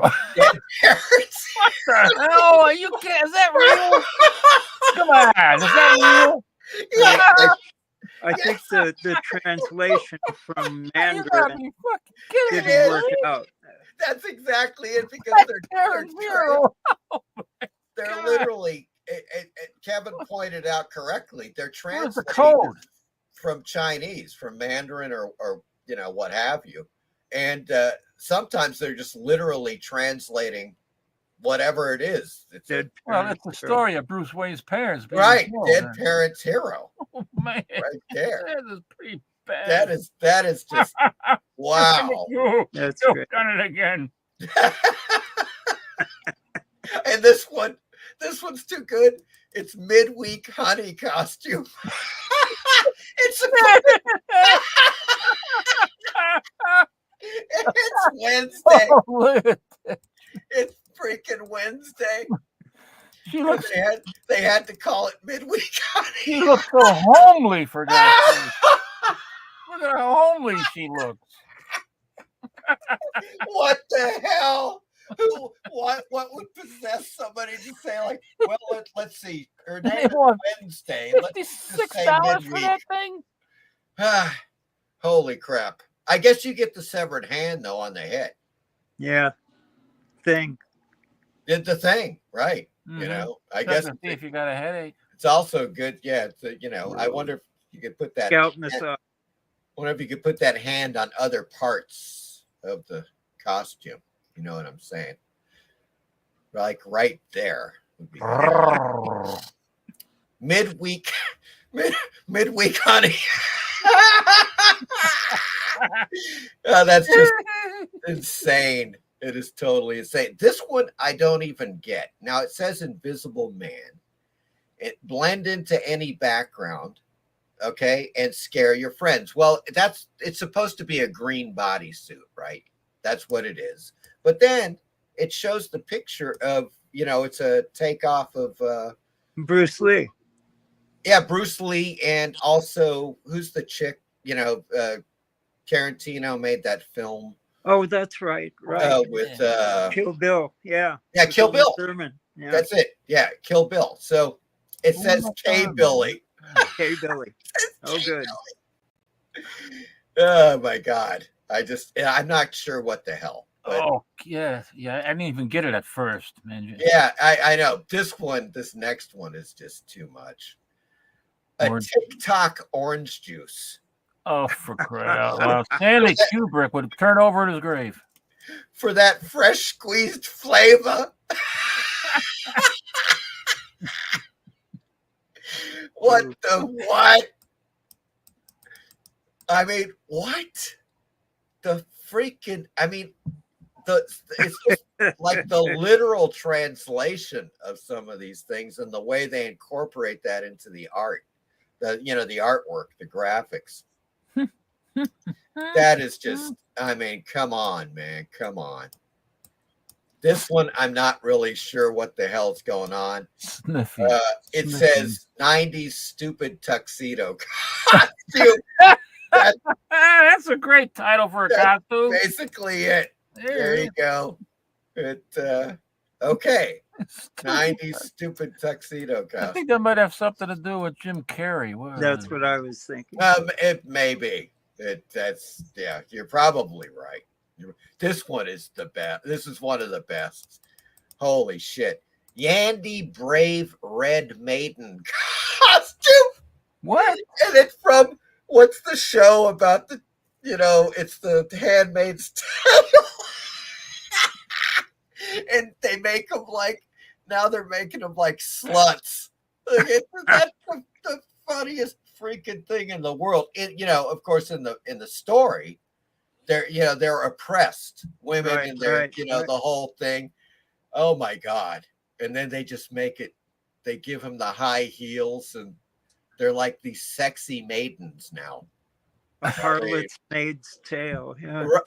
Exactly. Oh my God. Unbelievable. Oh shit. This is too good. All right, here we go. You can guess where it's going with this one. Boy of the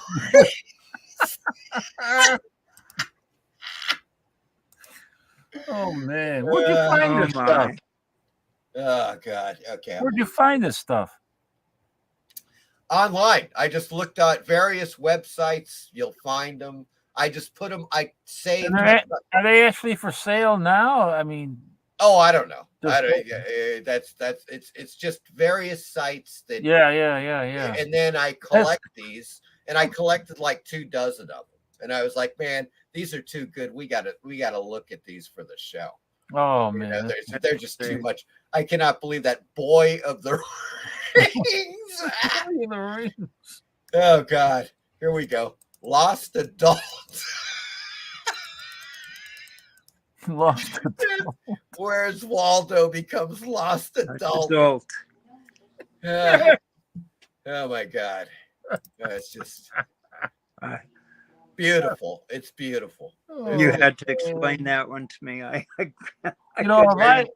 I would have been out somewhere and seen these costumes, I would have bought them. Oh yeah, some of these are just like if I saw them in a store, I would have just bought. I mean, they're just classic. I mean, they're like perennial hilarity. You know what I'm saying? Like good for any party or any show. Just bring them out. Here we go. Check this out. Here's Cyberman or Padre. Hey.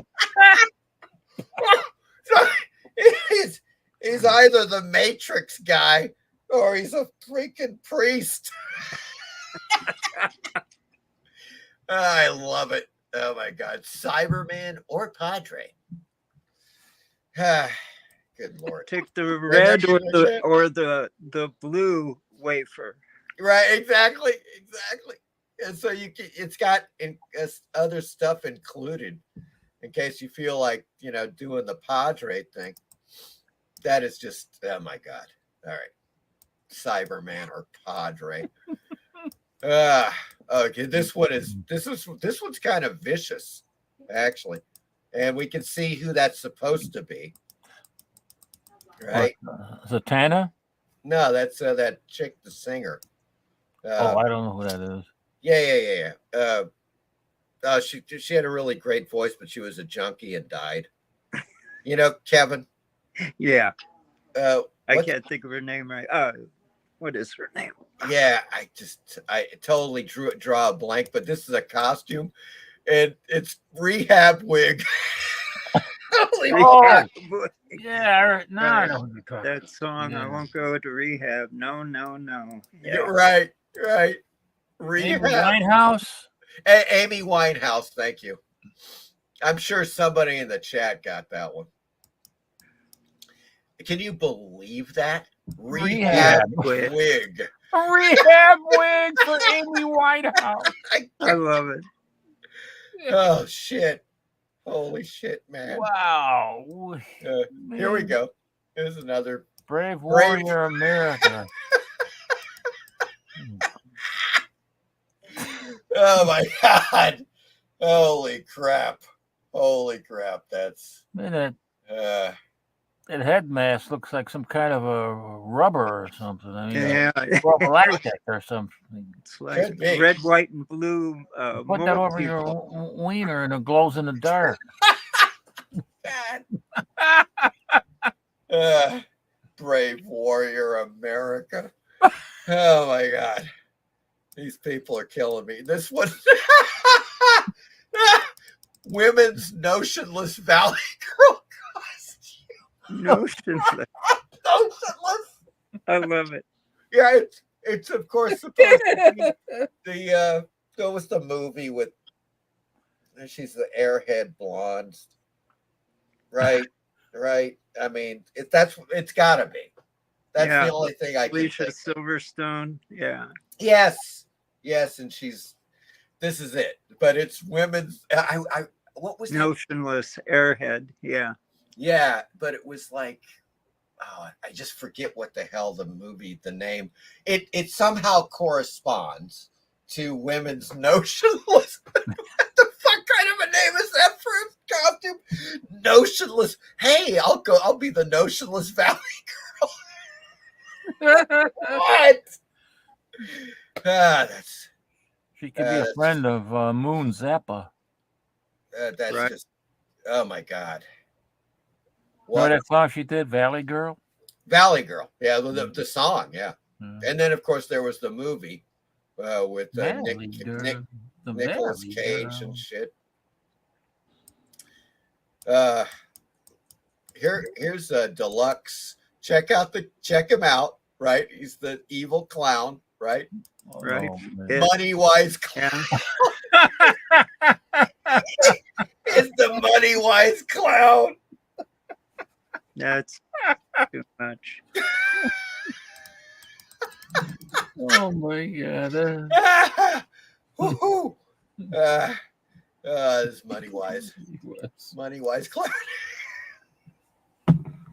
What the what? Oh my God. I can't even believe this shit. And this one, Orphan Boy Witch. Oh, God. It's a long way from Harry Potter, but it's Orphan Boy Witch. I like it.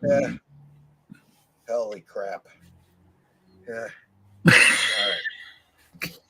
God damn. And I think this is the last one. Last but least, but I mean, you gotta have. This is so ridiculous. I can't even believe it. You know what it is? As we're coming up, you can see it. It's Sparkly Vampire, and it's Nighttime Romeo. Was it an interview with a vampire? Twilight. Yeah. From Twilight. They call him Nighttime Romeo. Twilight. What the what? Oh yes, it's or Padre. Or Padre. Yeah, it could be. Every one of these could that be they could have or Padre. Oh my God. So there we go, folks. I hope you enjoyed that. Oh, wait a second, I've got one more. Sorry, God, I almost alter ego. Yet it's Green Villain. Yes, it is Green Villain right there. Wow, look at that wonderful head of hair. Phoenix, yeah. I mean, okay, that's okay. That's pretty. That's getting classic generic, right there. You got your Green Villain. Yeah. But still one of my favorites, of course. I mean, there's some Midweek Honey is hard to beat, and of course, Dead Parents Hero. Oh my God, that's a classic right there. That one, that's perfect. Unusual Events, too good. But this one, this is just juice. Juice, baby, I got the juice right here. Juice yeah, Demon. baby. Oh my God, I'm dying. Okay, people, let's go to the chat, folks, because Pumpkin Juice Demon. A lot of people have chimed in. A lot. Oh my God, we've got like 100 comments on the costumes alone. Let's see here. Okay, I see KO Joe's with us. Hello, KO Joe. Werewolf says we really don't have Halloween in Australia. The one time kids knocked on my door and asked for candy, I slammed the door and told them to fuck up. God, why you dirty little son? Why would you do such a thing? Dave James, didn't Pop Rocks and Coke blow people up? Oh, yes. That was the exploding Pop Rocks with the soda. Original Howling 81 and Howling 2. The best is from Howling 2 is Sybil Danning. Ripped off her top several times at the end credits. Yes. You got to have Sybil Danning doing it to it. Yeah. Finally, someone older than my wife's underwear. Good Lord, it's Werewolf. Apparently, the only redeeming value for... Yeah, of course. Of course. Cinescope. I don't know. I've never heard of Cinescope. What do I do? I just... Spider. Okay, let's... The Spider Pulp movie. Yeah. The Shadow's really... Yeah, Shadow's really good.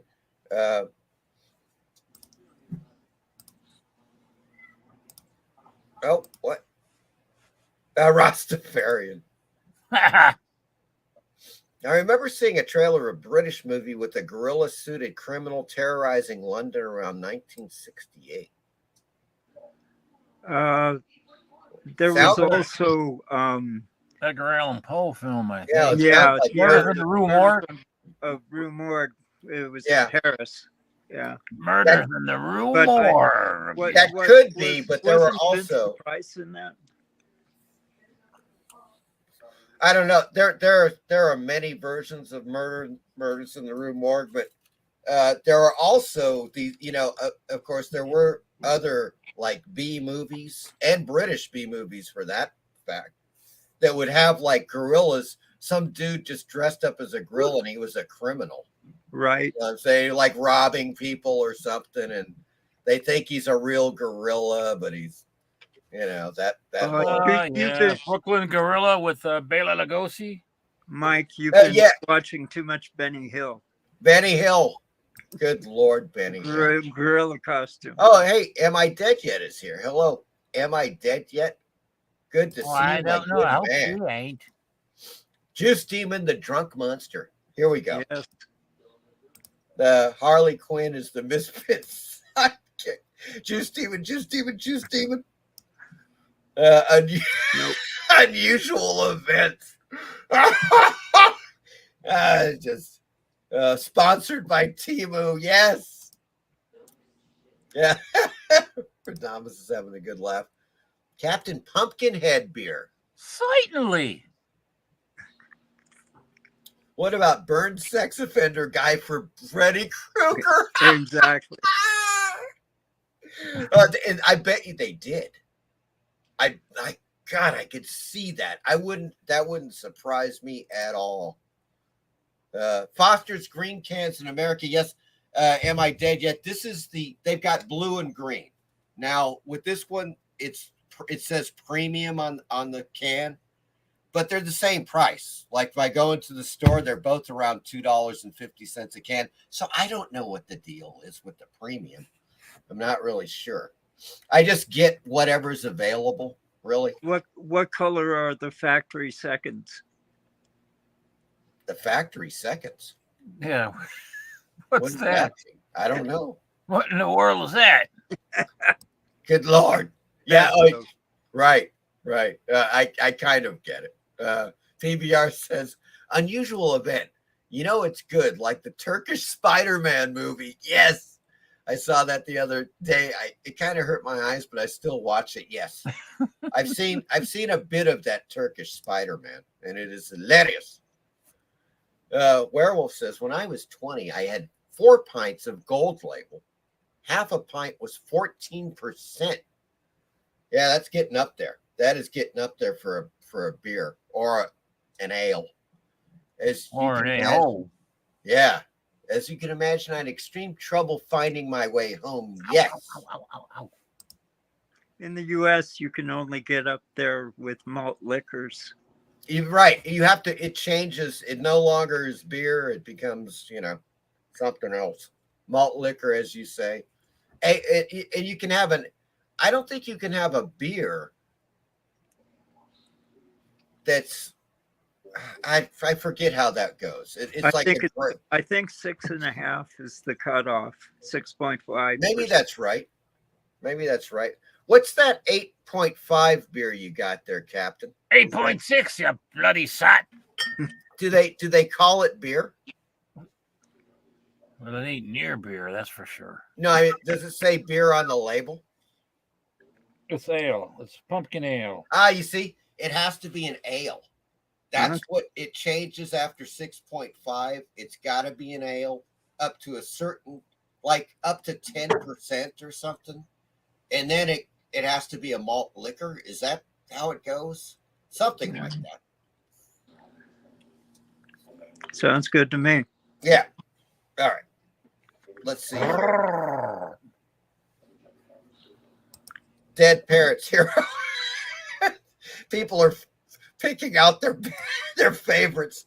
Batman pajamas, go to bed, Bruce. Uma, Dumb and Dumber.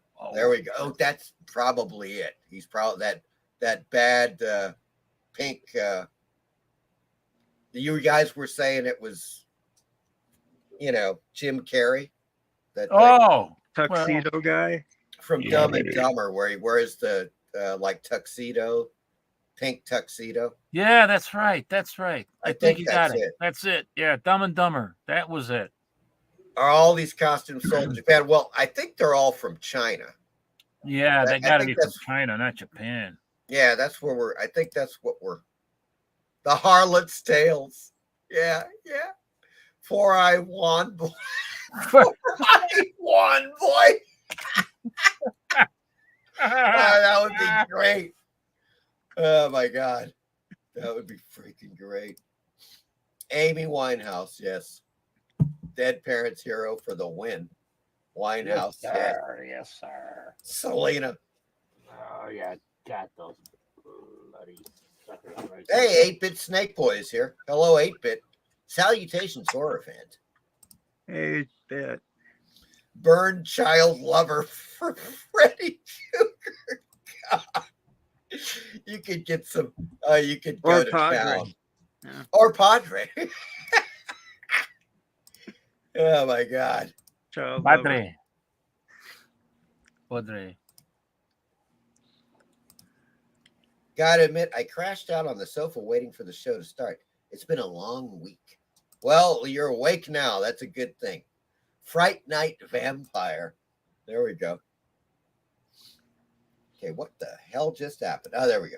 God, a lot of comments.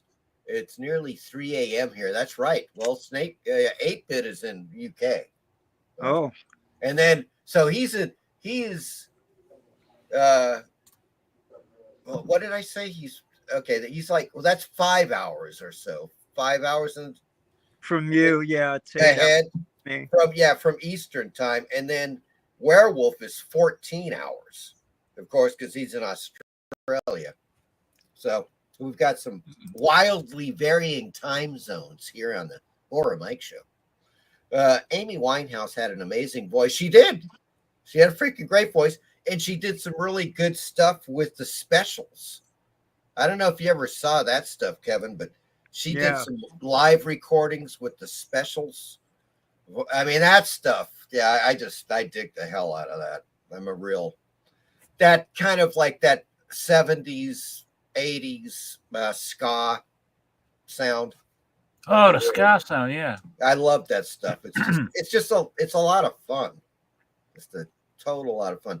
Amy Winehouse had an amazing voice. Love her or hate her. It's a shame she never beat her drink demon. Yeah. My wife was a big fan of Amy Winehouse. It's and her choice of asshole men. Yeah. Right. It's a shame she never beat the juice demon. See here on the thing there. It's a shame that Rehab Wig never beat Juice Demon. Mike, I haven't laughed so hard in a long time. Good. We were all just dying. This stuff is too good. I mean, it's comedy gold, Jerry. It's comedy gold. No, this was a 60s suspense horror movie with a gorilla suited criminal. Oh. There you go. I don't know. Oh, you know what? Black Museum? No. Oh, well, no, I'm thinking of Morgan.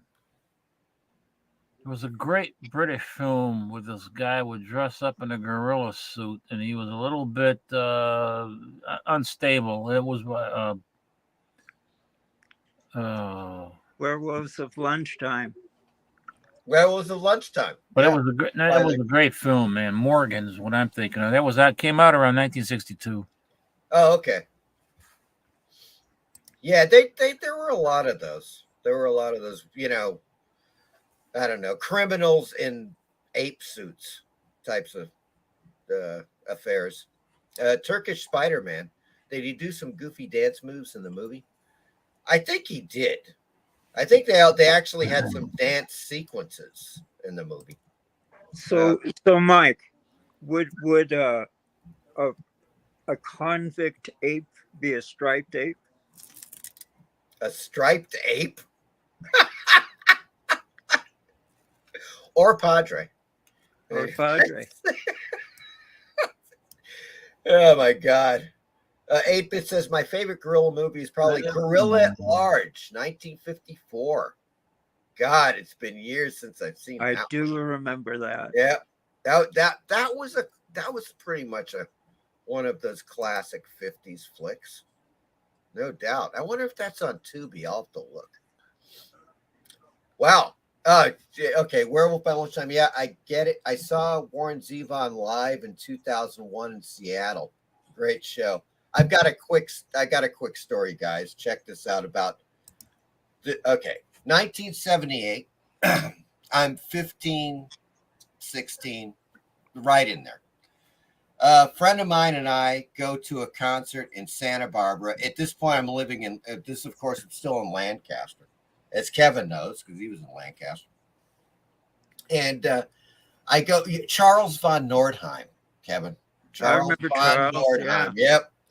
We went to see the Grateful Dead, Warren Zevon, and Elvin Bishop on the same ticket. Oh my! And at that time, I'm not doing any drugs at all. I've never even smoked a joint in my life. I'm 15-ish. I don't drink.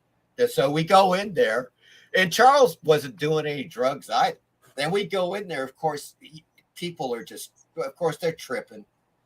There's there are people doing coke, whatever. I mean, it's all kinds of stuff you'd expect at like a 6 or 7 hour concert like this, because the Grateful Dead played for like 4 hours, right, themselves. But Warren Zevon came on, and he was like the middle act. Elvin Bishop opened it. He was fantastic. That guy, of course, fooled around and fell in love. All this. He was that classic rock type of thing, but really good blues rock. Warren Zevon came on stage. He was drunk. He was like drunk off his ass, and he kept howling, because, of course, this was right after Werewolves of London, right? Where he became famous. That was really his claim to fame. Even though he did other great stuff, I'm not knocking the guy. He was a really morbid chap. But he was drunk and he was howling, and he wasn't very good. And I think he may have played for an hour. And then, of course, the Grateful Dead came on. But it was just kind of strange, because I really, at that point, I was like familiar with him. And he did stuff like Excitable Boy. Well, I don't know if you guys are familiar with that stuff. Right. It's like really dark, like I wonder music about a serial killer that Mike. Yeah. I wonder when was this? When you saw this concert? 1978 in Santa Barbara, California. 78. Yeah, all right. Yeah. Well, because I was gonna. If it was back in the 90s, he might have already had known he had cancer or something, but maybe that's why he acted that way. But this is already in this. Oh, this is way early. Yeah, he's early. He's young. He just looked, It's crazy, man. It's some big concert. He was drinking a lot. That happens. Yeah, and he was howling. He was just howling a lot, man. I was distinctly, we had a good laugh. It was pretty damn funny. The Grateful Dead, the entirety of the stage behind them, for about 30 feet high, right? It was solid speakers. Wow, man. It was one of the loudest shows I've ever heard. And not only that, but when they started, they brought on like 10 Hell's Angels motorcycle dudes onto the stage.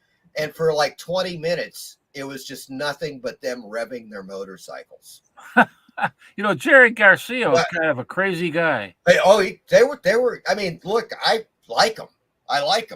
Overall, it's like, it's one of those things. They were just kind of an very odd group. Now for the Harley Davidson solo. Right. Or Padre. But it was like, we were like going, what? Everybody's like looking around, what the fuck? They're just like revving their motorcycles for 20 minutes. And that's just kind of the way they were. It was kind of, in that sense, kind of punk. There was just something about the Grateful Dead that they didn't do anything like the classic rock groups of that time. They were a different animal. Totally it's true. different. They encouraged recording too. That is true. Yet so many bootleg tapes and even vinyl bootlegs. Holy shit! From their various shows, it's incredible. That is, and I think you guys may correct me if I'm wrong, but I may.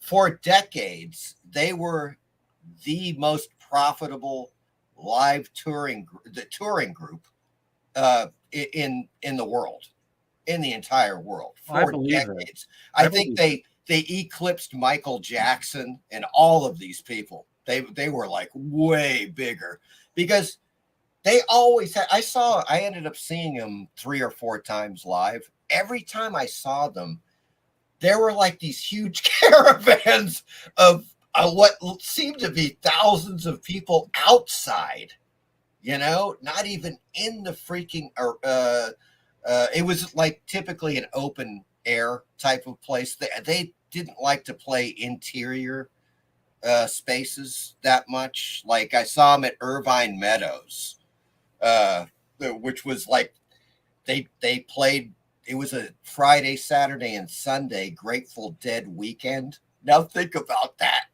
They just got like all these people. You're walking around and people are like, trips, $5, trips, That's $5. a lot of LSD, yeah. Ton of LSD, man. I'm going to have to sign off, Mike. Okay. Great, all right, man. Thank you for coming on. Take care, Captain. Good to meet you, Kevin. Take care. Good night. Absolutely great. Yeah, happy Halloween to you. I'll talk to you soon, Kevin. All right. Bye-bye. Take care. I will get okay. Let's check it out. We've got 8-Bit says, I'm drinking a Polish beer or a Polish bear. That could be problematic, 8-Bit. Yes, I think so. Polish bear. It's 9% alcohol. Actually tastes good, not like motor oil. That's good. That's a good thing. Juice steaming is the funniest. Yes. I'll tell you what, a good Polish beer is Tajski. Tajski? Tajski. Tajski. I don't think I've had that one. Tajski. Let me see if I got some of my garbage. Good Lord, man. Oh, here. Good Polish beer right there. Tajski. I'll bring in Solo. Oh, you don't have to do that. Oh, all right. I just showed you the beer, that's all. Tajski. I'm gonna have to look for that. Do you know what the alcohol content is on that? Tajski beer? Let's see. Go through my garbage over here.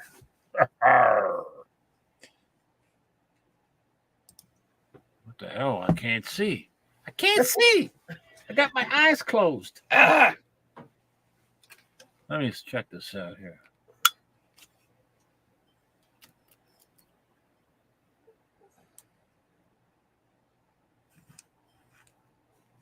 A werewolf, what do you mean by Tennant's Super Tramp Fuel? Tennant's Super Tramp Fuel. I'm not quite following you on that. 10:15 a.m. when you read this. 12 hours difference now. What the bloody balls? Just picked up the specials on vinyl. Woohoo! There we go. God, specials on vinyl. Holy shit. That's just beautiful. They have got some great specials compilations on YouTube, Werewolf. Just like a lot of great live shows that they did. And like, where they would have like do shows with 4 or 5 other ska groups. And so you got like a 4-hour freaking video of just a great ska. It's only 5% by volume. 5% is pretty good though.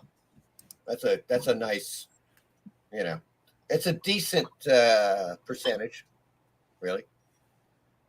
God, I think this Foster's probably 5%. It's definitely not more. Let's put it that way. I'm sure it's 5, probably. Damn, Grateful Dead, Warren Zevon, Elvin Bishop, same night. Excellent. It was good. It was good. Warren Zevon was quite amusing. Did they serve Coke on roller skates, Mike? Damn close to it. I'll tell you. Lawyers, Guns, and Money. There's another great Zevon. He did some great songs. And then, yeah, Roland the Headless Thompson Gunner. Another great Warren Zevon song. I mean, just amazing stuff from Zevon. Grateful Dead bass player Phil Lesh died today. Wow, this morning he was 84. Holy crap, I didn't hear it. I have not heard that. I am one of us. I'm going to have to check that out. Holy crap. Wow. Phil Lesh. Crap, he was in there. I want to say he was their bass player from the get-go. I may be wrong, but I hate to, but I have to go to sleep before work. Hope everyone has best Halloween ever. Thank you, PBR. Take care, man, and thanks for being on the show. Polish Bear. Grateful Dead was in Seattle early 90s for an entire week. I was driving and saw a bunch of deadheads walking on the side of the road. That's what happens because they have their caravans, I swear to God, it becomes like this. It's like what would you call that, Captain? It's not like just going to a concert or even an event. It's almost like a gathering or something. I don't know. Maybe like, I don't know, drunken Indians wearing a glow-in-the-dark vest so they won't get hit by a car? Maybe. Yeah, a 3D circus, perhaps. Or Padre. Or Padre. Yes. Mm-hmm. It's definitely beer in these cans, okay? Tennant Super is the name of the beer. Wow, 9% too. Woo! That's a lot. That's heavy duty. That's a nice day. That's almost like this. I mean, this is that's 8.5. 8.6. 8.6, man. You drink 4 of those, you're out. That's all there is to it. I mean, that's like drinking 8 normal beers, for Christ's sake. Yeah, baby. It's a cheap beer that homeless people drink. We have Tennant's and Special Brew. Okay, now you're talking about Carlton. No, is it Carlton? Carlton.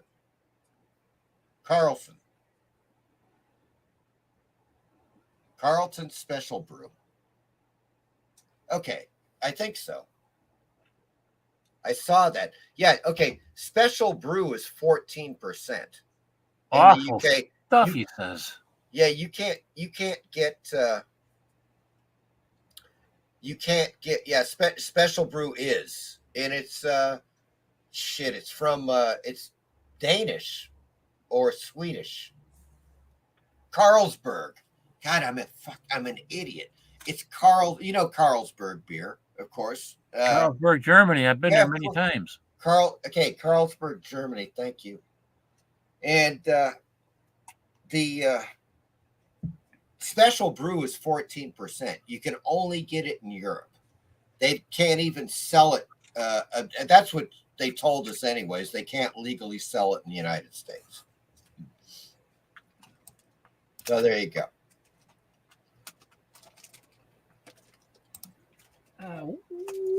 Werewolves, London. Drinking that Carlsberg Gold. Special Brew is made here in my hometown by Carlsberg. There you go.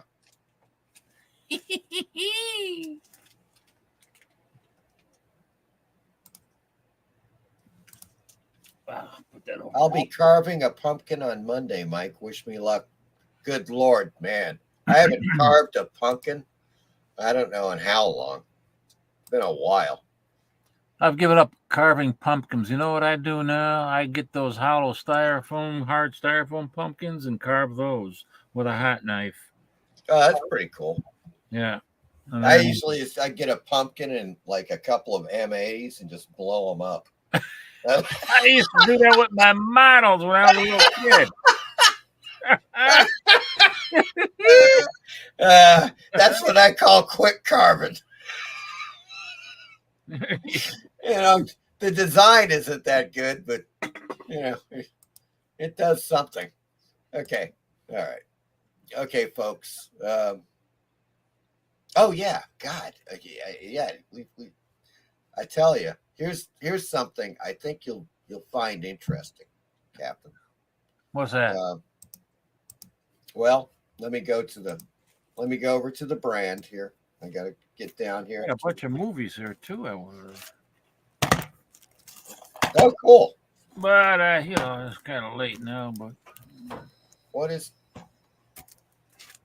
Oh yeah, here we go. Okay, Captain, I've got a question for you. We got the Juice Demon back. We got the Juice Demon. Yeah, baby. I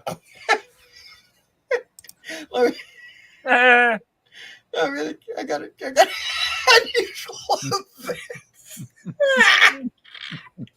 or Dead Parents. That's the one right there. Dead Parents Hero. Oh my God. Ouch. Ouch, I'm dying. Okay. Now, are you aware of the Halloween mockumentary films, Ghost Watch, or the WNUF Halloween special? No. These you may want to check out because they're freaking great. Okay, 1992 Ghost Watch. It's a BBC show. It aired live from the BBC studios. And basically, it was about these reporters that go to a supposedly very haunted house. There's poltergeist activity, but really, most of them think it's a hoax. But like it really, on a hill. It's not a hoax. And all kinds of horrifying things start happening in the house.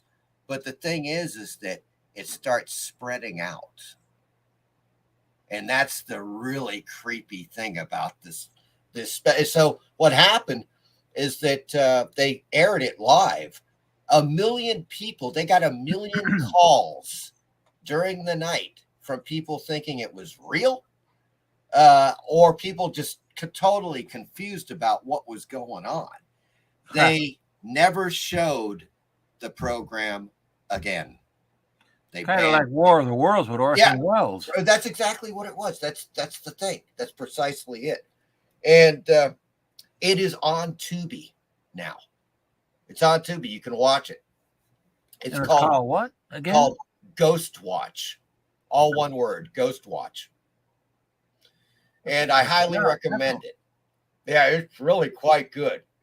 They do a great job. It's very well done.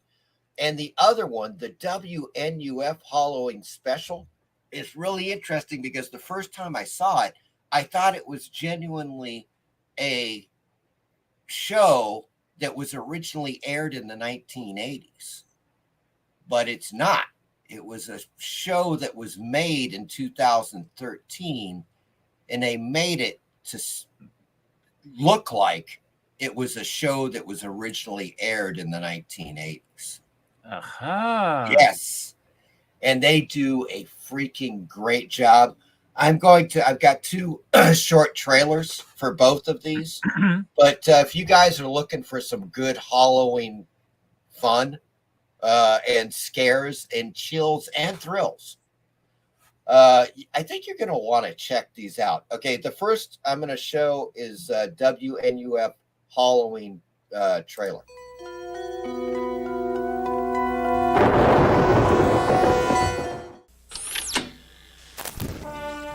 Don't check your dial, folks. You didn't tune into Transylvania's public access station. No, sir. Tonight is Halloween. Halloween is Satan's night, the night of the devil. Reporter Frank Stewart has a special Halloween treat in store for viewers tonight. He'll be leading a group of paranormal experts to the infamous Weber house. Do you know what happened here in the Weber house? Some people got killed. Their son went haywire. Frank Stewart and his team of experts will conduct the first ever live on TV seance. Evil works in mysterious ways, Frank. It's unpredictable. Are there any spirits in the house? It's scary. That's far out. That or a... Something strange going on in this house. Animal mutilation, paranormal disturbances, devil worship. Wait, whoa, hold on. This is not staged. Hello? Is this the work of the devil? Folks, we are going where no camera crew has gone before. Father, perform the exorcism. This is not some Halloween prank. The grisly evidence of the supernatural is real. We'll be right back. You're watching the WNUF Halloween special. Very cool. Very cool. Okay, folks, that's one. And then I've got a shorter Ghost Watch trailer here. Check this out.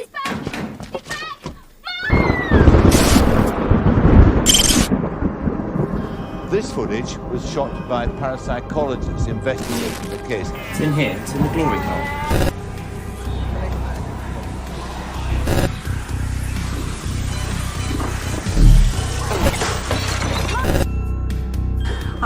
I can't hear anything. Sorry.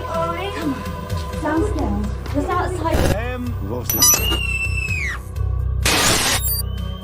Have we lost the link completely? Sarah, are you all right?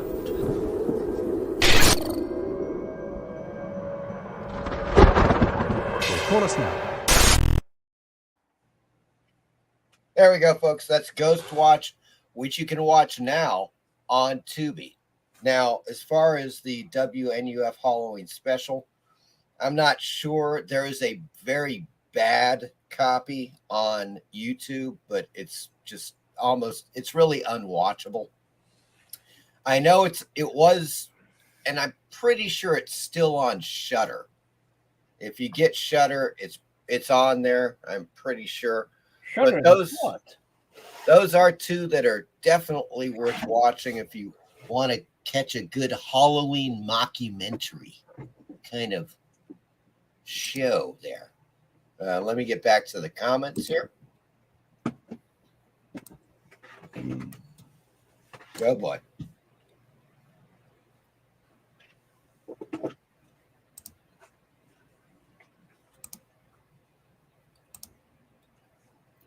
Well, London 2-bit time. Well, there was a little bit of Tubi time where that is the one. You want to catch that. No, Linda, Werewolf. No, they got me the last time. I don't know if you were here when they actually cut my show. I don't know what the hell. Yeah, because I played Linda at the end. They actually, they literally shut the show down. Oh, for crying out loud. Copyright infringement. So I'm not going there anymore. Not going there. Sorry.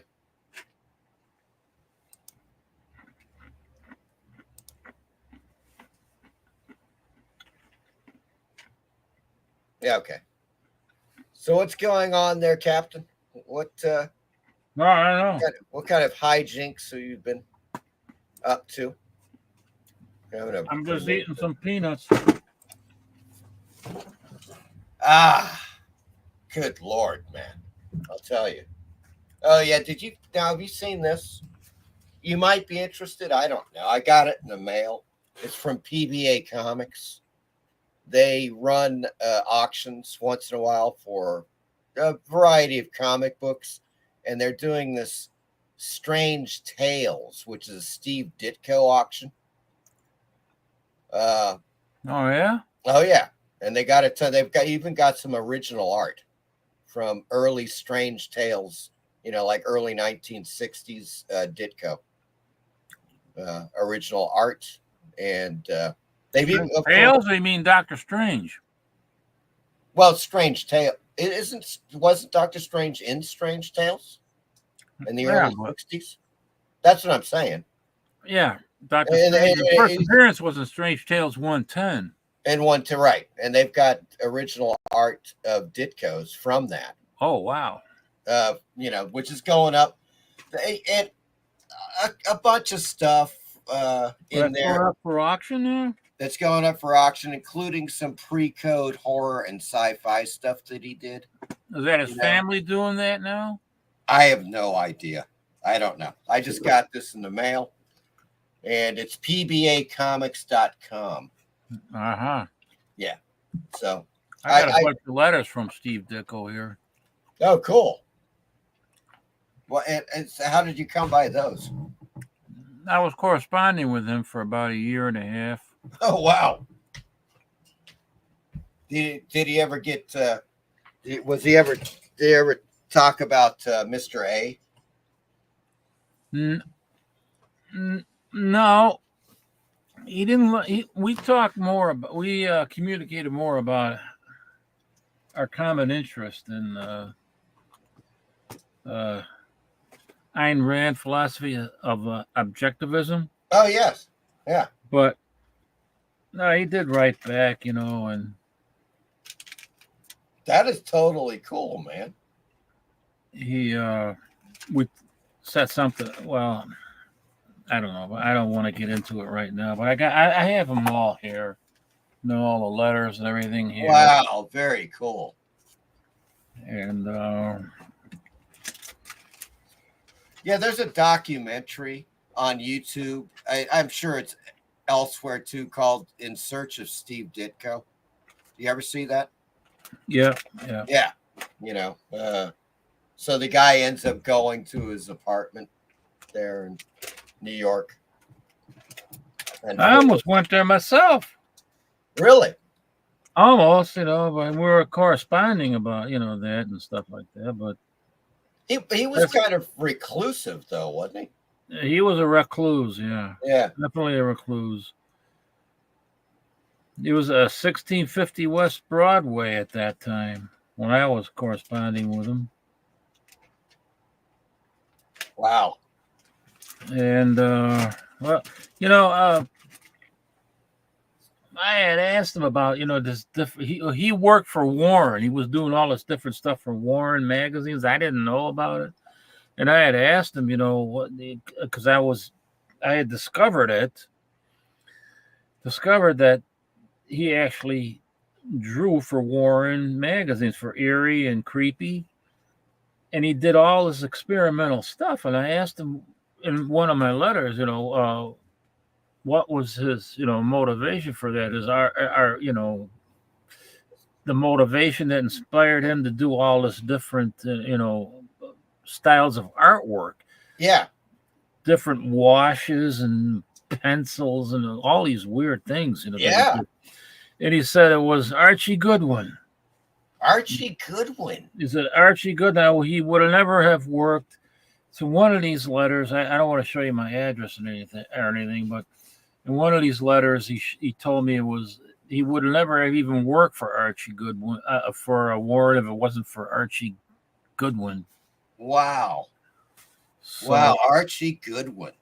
And so what kind of stuff was he doing? Was he just doing like backgrounds and stuff, or? No, he was doing full stories, actual, anthology stories. He wasn't writing them. But he was drawing the stories, and supposedly Archie Goodwin encouraged him to use different art styles. And so he was doing stuff for Creepy and Eerie. Right. Wow. And Archie Goodwin, who was the editor there at the time, encouraged Steve Ditko to branch get out into his own, his greatest, bring out your great potential, try different experiments, and that's exactly what he did. And that's, how he explained it to me. Okay. But this... No, I've had a few beers. One of these times, I'll open up the letters and we can, discuss them. Oh, yeah, sure. Sure. But, yeah, we could do a Steve Ditko night. Mm-hmm. That would be pretty cool, actually. Yeah, sure, we can do that. We've had a few people comment here. Every time Steve Ditko comes up, people get chatty. Oh yeah. There ain't no doubt about that. Let's take a look. 8-Bit says the stuff I'm drinking is far more dangerous, especially as it's smoother tasting. I definitely take my time. I usually drink spirits though, so it's all good. Yeah, baby. Radama says, I don't understand Mr. A. Well, a lot of people don't understand Mr. A.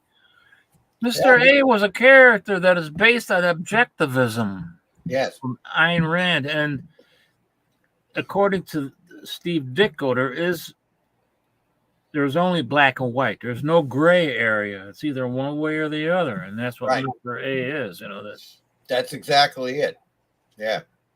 I think it would be interesting if somebody did I think it'd be a cool movie. I'll tell you the truth, Mr. A. Of course, nobody would dare touch it though. Here, I got the first appearance I got it right here. The first appearance of Mr. A was in Wally Wood's Wits End magazine. Wits End. Look at that freaking, there it is, Wits End, man. That is the first appearance of Mr. A in here. And that was Wally Wood's baby. Yeah, that was Wally Wood's baby. Wow. Nice. Number three. Here, hold on, I'm gonna go solo for a second because that is too cool for school. Wow, $1. Yeah, you ain't gonna get that today. I seen this thing go for $1,000. Oh, hell yeah. Yeah, ridiculous. But yeah, some of those Wits Ends are really pricey, as they should be. Because they're great stuff, man. Steve Ditko, there it is. There he is on Broadway in New York. Holy Toledo, man. Wow. That was just something. I just, one time I sent him a birthday card, and I didn't expect no reply back. And then all of a sudden I got this reply back. What the fuck is it? Steve Ditko. I said, holy shit. That is freaking great, man. Wow, there it is. There's his handwriting. And he signed it, Steve. And then from there, I was talking about, he found out that I had an interest in objectivism. And it just got, for about a year and a half, we were just corresponding and stuff like that. Some of it was kind of, I was asking him personal questions. Well, not personal questions, but questions about that I shouldn't have asked about Doctor Strange and about Spider-Man. And he really got pissed off about, you don't talk about that stuff, man, ever. I found it out really quick. Right. And I avoided that ever since. But I don't know. We got to go through this. One day we'll go through the whole thing here. We got to do a Steve Ditko show.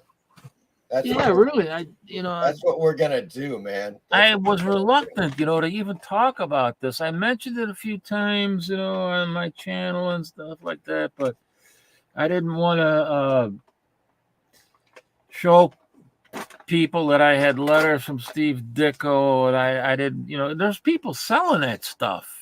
Sure. There's other people that have corresponded with Steve Ditko, and they got replies, and they're selling the shit on all over eBay. It's terrible. Yeah. If they're doing that, but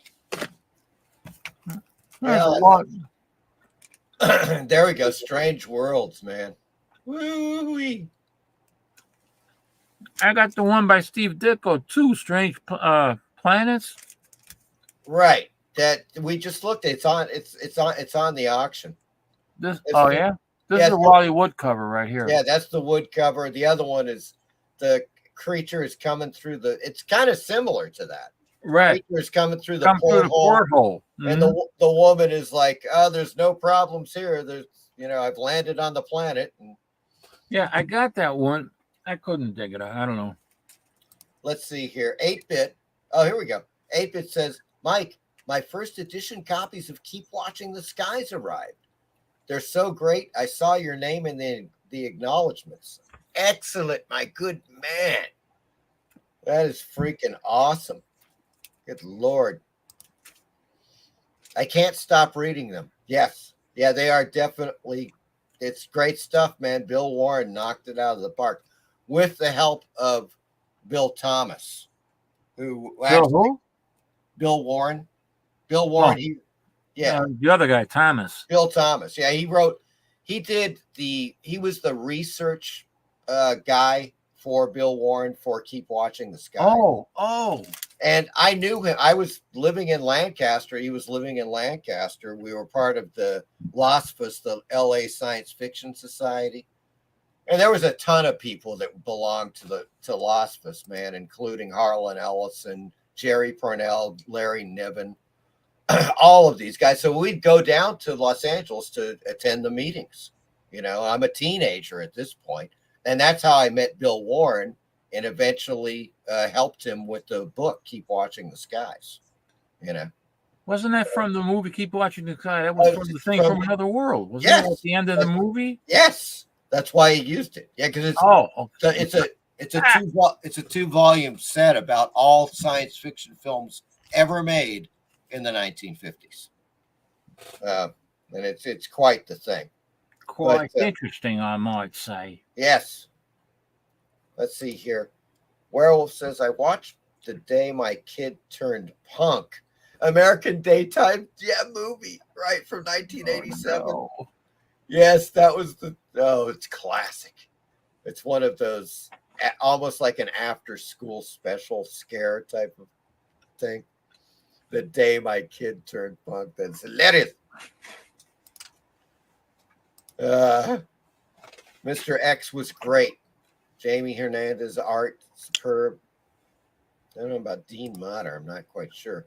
I was to be a punk at that time. I have a rare Steve Ditko pinup poster of all his Charlton characters with Doctor Strange, Spider-Man, and the Hulk. I have it framed. That's excellent. I saw Susie and the Cure 8-bit in the 80s. The Fountainhead by Ayn Rand is my favorite book in high school. Yeah, look, and they also did a really good job. I don't know if you've seen the film adaptation. Yeah, there was a movie with. Well, they did The Fountainhead, yes, but wasn't that Cary Grant in that movie? Yes, Atlas, and they also did a 3-part made-for-TV adaptation of Atlas Shrugged, and it's really That's good. right. That's right. They really did, good, but they couldn't finish it. I don't know. Well, I'll tell you, I'm not quite. Maybe maybe I don't know. The 3 parts that they have are excellent. Maybe and there was supposed to be. Yeah, I don't think that they were able to finish it, but there was supposed to be one more part to it. And that's possible. Yeah, because that was a very ambitious made-for-TV project. Yes, indeed. No doubt about that. Absolutely. Kevin is with us in the chat, at least. That's good. Hello, Kevin. Good to see you back. Okay. Let's see here. Talking about a little punk type stuff. Okay. Well, good to see you back. Excellent. All right. Well, that's all I've got for this show, Captain. That's all right. Yeah, I've done that, and I had a bunch of comics, but we can do that another time. We should do it. I think now that we brought up Steve Ditko. Look at that. That is just a piece. Strange Mysteries, man. It's the freaking those Superior Comics. Yeah, I don't know who did the cover on that one, but there may be a question mark on that. Nice Haunt of Fear. That's one of my favorites. Haunt of Fear covers. It's so weird. I mean, you look at they are. That one is particularly. They're all weird. There we go. A little astonishing, a little Atlas goodness right there. That's a big. Did you see my? Did you see my copy of Horrific, Captain? Did I show you that? I don't know. It's recent. It's recent. Oh, I think I might have. I don't know. It's one of my favorites. Here, hold on.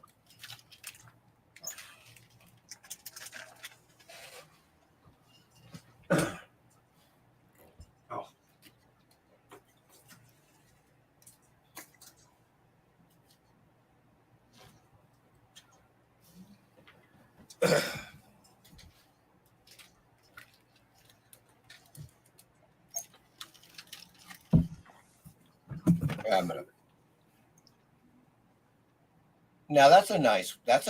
Now what is that? That's Rattlesnake Rosie's pumpkin pie spice whiskey. Woo! Rattlesnake Rosie's, baby. Holy Toledo. That's nice. Okay, here we go. Check this out. Now you're probably familiar with this one. This is Horrific #2. Yeah. With that insane cover. Of course, I think I might have that, but I'm weird not sure. Science fiction freaks puppeteering the humans. It's always one of my favorites. I always wanted this. I've got it as a facsimile. I've got a facsimile copy. I've always had that. Oh, that's wonderful. But that's wonderful to have that book. Yeah, I could never get a hold of a copy because they're so freaking expensive. No, but ridiculous. I finally got a hold of the 4.0, which is actually really nice. It's a 4.0 is a pretty good grade. Yeah, it is. It's decent. Yes. It's a decent grade. And I'd rather pay for a 4.0 than a 9.8, man. Any day. Oh my God. Yeah, there's no doubt about that. God. Here's a rarity. Oh, look at that. Now, I have seen that before, but I just love it. That's one of my favorites. Voodoo Angel, 100 pages of Can you believe that? Goodness. 100 pages on this sucker. 25 cents. 25 cents. Pretty rare. Oh, it is. It is. Yeah, and they are, to get them in any kind of condition, they're expensive as hell. Oh, you know what? There's Matt Baker art in here. Yeah, because he was doing a ton of stuff for Igershot. I mean, it all came together. You had Robert Webb in there, Matt Baker, Jay Disrael. A lot of the great guys, they all came out of the Iger workshops. Or Chesler. A ton of them. Yeah, including even, Eisner, for Christ's sake. A ton of those freaking people. Oh, look at that. Yeah, that beauty. That's a beauty. Don't know who did the cover on that, unfortunately. I bet you it's Robert Webb. You think so? I have a feeling it's Robert Webb. Or Carl Burgos. What about Bailey? Sometimes. Yeah, Bernard Bailey did, but he's just, I know Bailey like the back of my hand. And good thing. That's a good thing. Here's an iconic cover. Yeah, God. Well, there you go. That's the guy. That's the guy. He created this magazine. Is haunted. Well, the cover here is by Shelley Maldoff. Yeah, Sheldon Maldoff. Shelley. Yeah, he created this magazine is haunted. He was the one. He did. He was the one that he went to. Oh, I didn't know he created a magazine. Yes, that's his brainchild. Oh, shit. Yes. Yeah. I had no idea. Yeah, Maldoff went to Bill Gaines before EC Comics. He went to Bill Gaines with This Magazine is Haunted and Worlds of Fear and another title. And Bill Gaines signed a contract, but then he reneged on the contract and he came out with EC Comics like 6 months after. Yeah, Bill Gaines was kind of a wishy-washy guy, no matter what you think. He was sleazy. Let's just get it. I mean, in any case, Maldoff went back to Fawcett, and they were like, "Yes, we are going to do the comic books." So that's how that happened. There we go. Haunted Thrills #1. I didn't know that was Shelley Moldoff's baby. Yep. And Moldoff just did some great work for those too. For this magazine is Haunted, he did some great stories. Oh, I don't know. How did that get in here? Cowpuncher. Cowpuncher, yeah. What the hell? What the living? It's Jack Kamen, though. He worked for EC. Jack Kamen? Yeah, he did the cover on this, yeah. That is so great. Cowpuncher. Jack Kamen, yeah. What do I got here? Oh, Worlds of Fear. That is such a, you know what? That is a Moldoff cover. No. Isn't it? Sheldon Moldoff? Is it? I'm pretty damn sure. I thought it was an LB Cole cover. Nope. Not wait a minute. No, you might be right. Not LB Cole. No, it ain't. Well, because you're right. You're right. That's his brainchild too. Worlds of Fear was one that Sheldon Moldoff created. You're right. I think this is Shelley Moldoff. Yeah, Sheldon Moldoff was a great artist.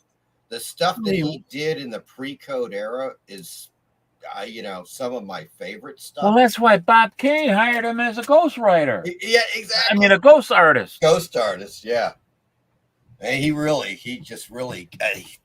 had a knack for the horror, man, that pre-code horror stuff, and he knew it, which is why he went to Bill Gaines in the first place, Look at this, something you don't see too often. Oh, that's a beauty. That's LB Cole. I mean, in the colors, man, the colors nobody did colors like Cole. Nobody. I've never seen anything like it. Man, his covers are fantastic. Stunning. This is a really great copy that I got here. I'm so happy. That is a beauty. Lucky to have this, God, that's in great condition. Here's another Haunted. Oh yeah, that's what I had that one for a while. I sold my copy a few years back, but it's just hilarious. It's the fisherman catching the severed head. It's like laughing at him. So great. I'll skip that one because I think I might have shown this before. Weird Science, the inspiration for the Mars Attack cards, Wally Wood. Oh yeah. Yeah, that's a beauty. Look at that. God.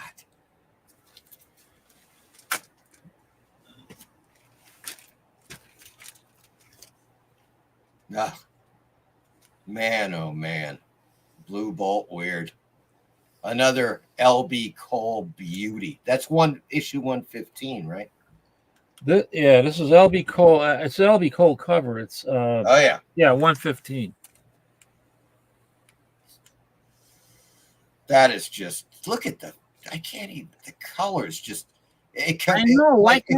Why can't they produce comics like this today? Yeah. Why do they have to be so wokenized? Look, if look at another one. If you're a kid or even an adult and you're walking by a freaking magazine rack in the 1950s. Oh, yeah. That shit's just like jumping out at you like it's in 3D. Of course, it just pops right out at you. Oh, yeah. Terrors of the Jungle. This is from 1952, the year I was born. Terrors of the Jungle. There it is. Look at that. That is LB Cole, isn't it? That is LB Cole. Yeah. And he did that. LB Cole. Right there, too. Yeah. And again, LB Cole redid that cover in 1982. He did? As an original art cover. And I put it in that book that book I put out, the pre-code horror comic book covers. Oh, yeah. I love that. I love that. Oh, you got one? Yeah. I got more than one. I got 3 of them. What the bloody what? I got 3 copies of that. You got 3 copies? Folks, you heard it here. Captain Strangelove got 3 copies. It's 3 copies good, folks. I was intending, to give some of those away in a future contest because they're great items to have. Well, I'm glad you enjoyed it. Well, it is in there. It is buried in there. That LB Cole original art. Yeah, that one is just hypodermic needle. So good. Isn't it weird how they did this? He's got the hypodermic needle and the. Is that Bill Everett? Or am I totally wrong on that? I don't know, but I know it's from 1952. It might be Everett. Yeah, he was in there. He was in there.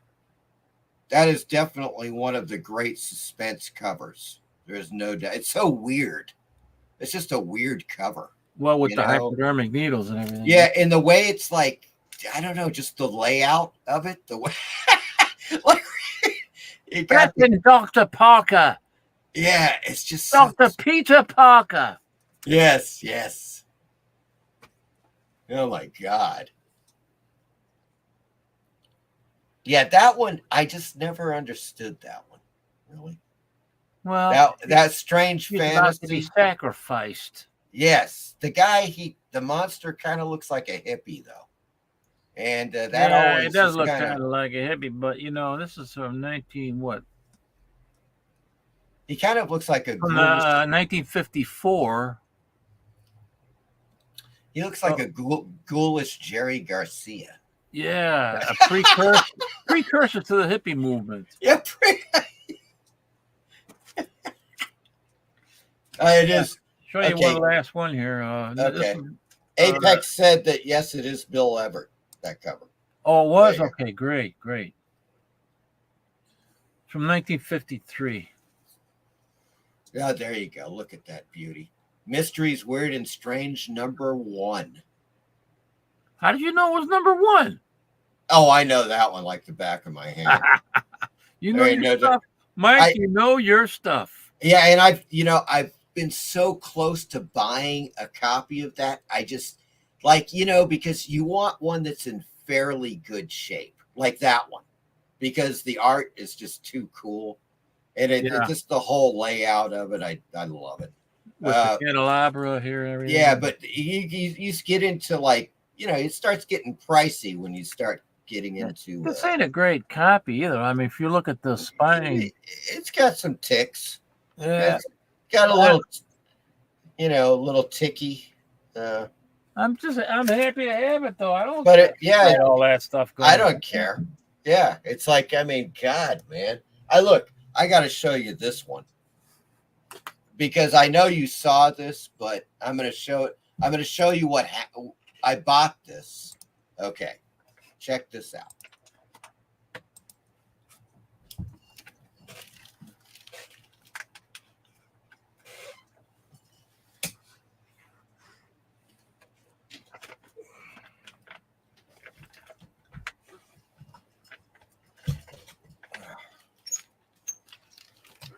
All right. So you saw this, Captain, I know. This is Spook, Suspense, and Mystery, #30, right? And that's the LB Cole cover, but it's Jay Disbrow art. That's not LB Cole art. He just did the colors on it. So that's one of those rare times. LB Cole did the cover, colors on it? He did the colors, but it's Jay Disbrow pencils and inks, right? But check it out. So I just love this particular issue. And the cover, the stories are really good in it. This is the last issue of Spook, Suspense, and Mystery. So when you look at it, it's like, wow, it is in really freaking great shape. That's the original? Yeah, this is the original. Wow, look good, man. Great. It's beauty, right? Yes. Everything, like you go on the interior, the pages, really good. Man. Really good. Yeah. Now, here's the clincher. Here's the clincher. All right. Here's what it is. On the last page, right? It is the last page. See if I can. See if you can see this, I'm sure. The kid cut the coupon out. Oh, man. You see that? Mm-hmm. So they cut the coupon out of the thing, right? But here's you know, I buy that any day. Oh, yeah. Any Yeah. day of the week. And it was relatively inexpensive considering. But check it out. I looked at it because they said when I bought it, they were like, well, it's incomplete because there's part of the art is missing that interrupts the story. And I looked at it and I'm like, no, there isn't. Because if you look at it in the first place, yes, it does cut out the art. There's no dialogue. I've got a facsimile of this. There's no dialogue in the cutout portion. And when you read it, the art that you can see is there's nothing else that's how should I say this? The cutout piece doesn't anything significant to the art, to the story, you mean? No, it doesn't. Yeah, it doesn't. It doesn't. As they tell you, like all the scripting is there, but part of the artwork isn't there. But it doesn't interfere with the. It doesn't interrupt the story at all. Yeah, but right? You could, if you got a facsimile, make a photocopy of it and. Yes. Of and kind of that page and kind of slip it in there. Yeah, that is true. Yeah, it is. It is a beauty, though. It's oh man, otherwise fantastic shape. Absolutely. So it's just one of those things, man. The LB Cole Jay Disbrow team. I'm telling you, those guys. I love Jay Disbrow stuff. I know a lot of people they don't like him that much because his art's kind of weird. Well, yeah, it's weird. I mean, so was Basil Wolverton, Yeah. Andy Warhol, all these. There's some classic. Both of those pages that's all Jay Disbrow. I love that stuff, though. The way his faces, he just has this way of doing this human faces that are hilarious. And those were artists back then. They were real artists that knew their work. Right. Yeah. God, LB Cole was he was something else, man. He was something else. No doubt about that. There's where is it? Where the hell is that thing? Maybe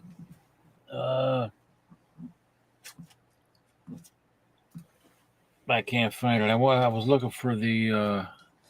What did I do with it? The new Batman, the Absolute. The Absolute Batman? Yeah. I haven't heard of that one. No, is that what is it, a compilation? No, it's the new. They got a new DC universe. I don't even know why they have to have a whole universe, but there it is. Here, I got it right here. Oh, cool. Looks like a pizza box. What the what? That's how they do it. This is a comic book box. Okay. This is the variant cover of the new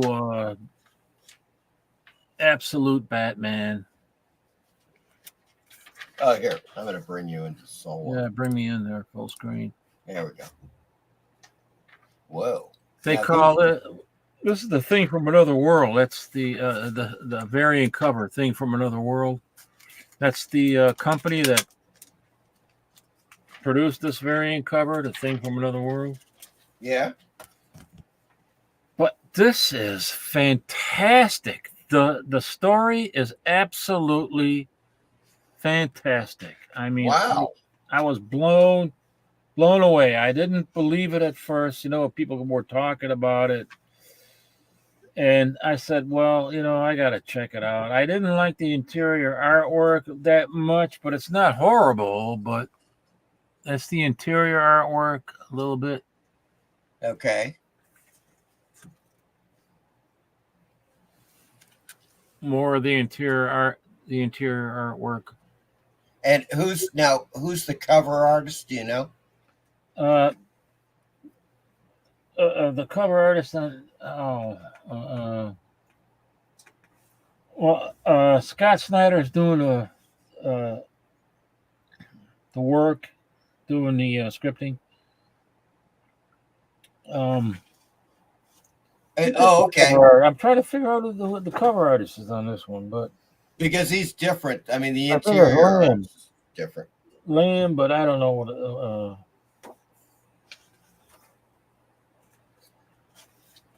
But anyway, the scripting in here is absolutely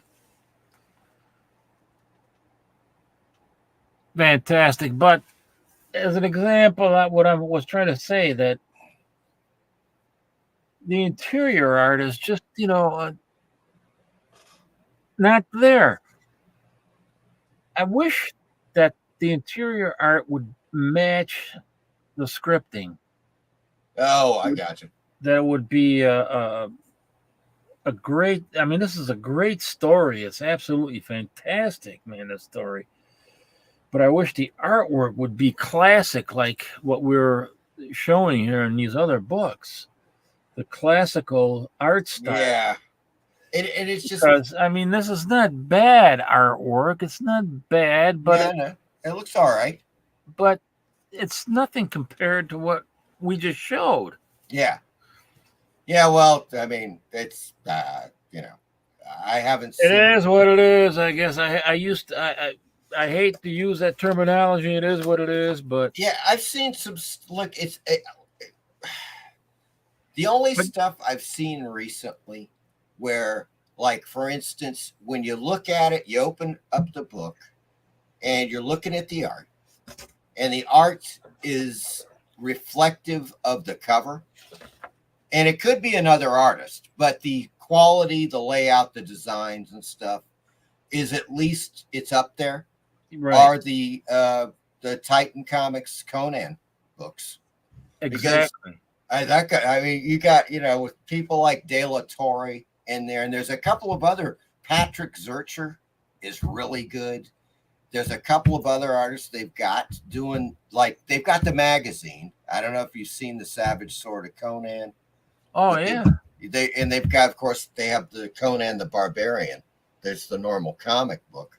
That's one of the books that I collect because of De La Torre doing the artwork on it. The layouts are, man, it's not like you just showed me that stuff in that Batman book where a lot of those pages are just like this. They're like, let me get back here for a second. Yeah. Where, they're all little panels.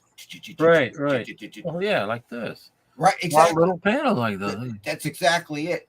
And with the De La Torre Conan, for example, and even Patrick Zurcher does the same thing. Man, they'll do, like, in one story, they'll have 3 or 4 full-page spreads, and then they'll have a lot of half-page pages, like, to give you, like, large vistas of what's going on and so forth, and you just don't see that much.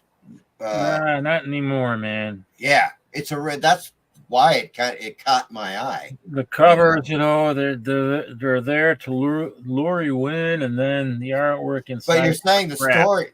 Yeah, you're saying the story's good though. But in this case, the artwork is not bad, but the story is really fantastic, and I was surprised, So I'm glad I picked it up. What's that called again? Absolute Batman. Absolute Batman. All right. And they got Absolute Wonder Woman. I guess they're creating a whole nother universe. Okay.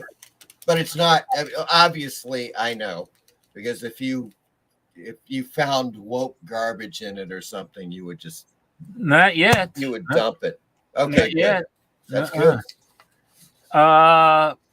Absolutely. You're going to be on for a while. I have to use the pee-pee house. Oh, I think it's after 11, man. I think I'm going to pack it in. All right. Captain, but let's Yeah, let's think about like maybe in the next, I don't know, sometime in November or December, do a special Steve Ditko night, because I've got some good Ditko stuff too, and we'll keep I it know going. obviously you've got some priceless Ditko. Mhm. There ain't no doubt about that, including the letters and stuff, which would be fantastic. And he's just one of those artists, you know, there's definitely a lot of controversy that flies around Ditko, and that's good. That's good, because he's got, you know, that's what you want. You want like people that are, you know, he had a singular type of identity, I think, is what, you know what I'm saying, where he would do what he wanted to do, regardless of what people thought about it. And when I'm gonna pee in my pants if I don't get to. Okay, all right, man. All right. Well, thank you, Captain, for coming on the show. I'm gonna close it out here in a minute. And have a great Halloween. And thanks for having me on the show. Yeah, Thanks and for having me. if you plan on doing a live show, let me know. I'd like to help. Oh, I really appreciate that. Yeah, and you know, we'll do it. We'll do a Ditko show soon. We're gonna keep in contact. Mike, Absolutely. you know, I got your phone number, you got mine. We'll keep in contact. We'll work something out, and that would be very interesting. I would love to do that. Yeah, that sounds great, man. I got a lot of the original Steve Ditko Marvel comics, you know, and nice. We can go over through all that stuff. Excellent, man. All right, man. I'm gonna sign out, you guys. So everybody in the chat, you know, thanks for joining us, and appreciate y'all, and see you next time. All right, man. Take it easy. Take care.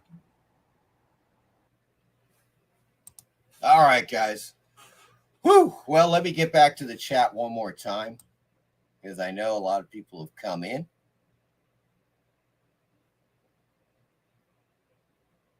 I don't know where the hell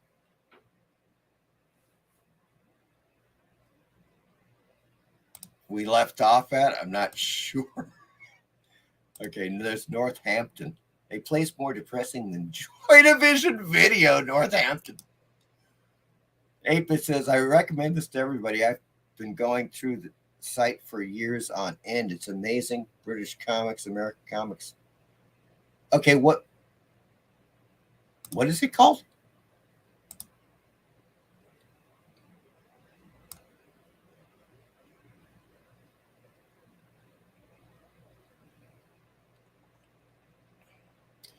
Okay, I think I've just completely. What were you taught? What is the? I missed that. I'm not seeing it.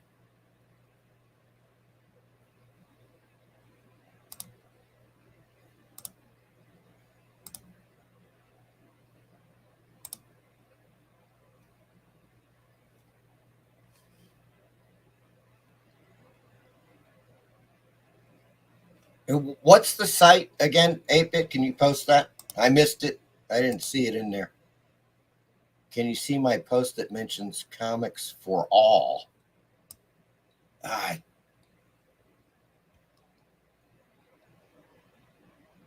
don't see it.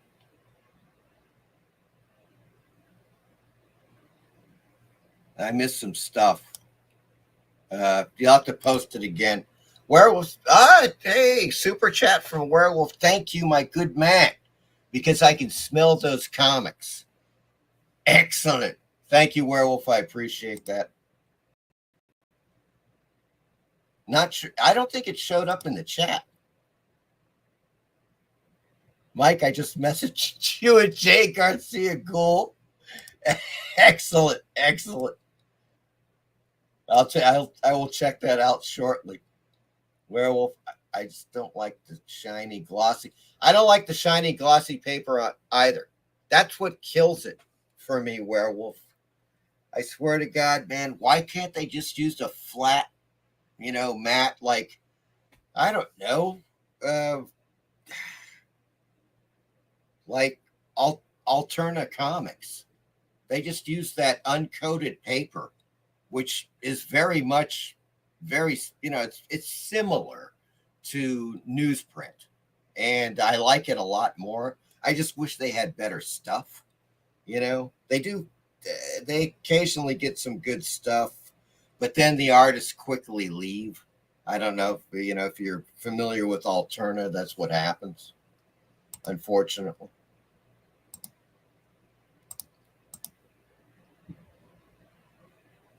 YouTube may be removing your posts. Oh, they might. That may have happened.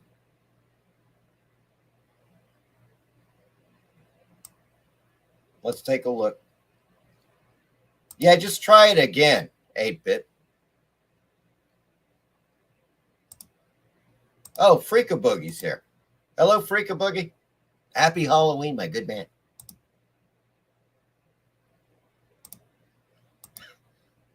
My meds are doing the layout.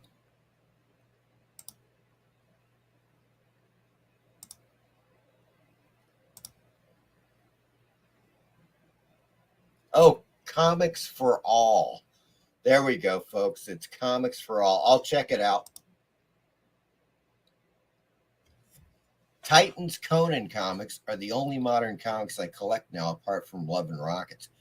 Well, there you go, folks. Yeah, I think there's several people that kind of feel the same way. 8-bit.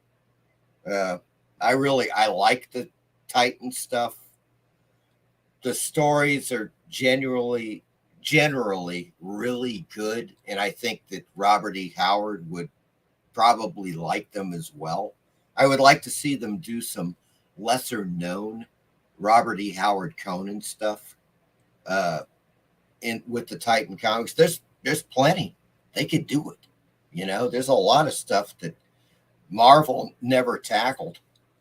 And I think they could really do it. The time to strike is now.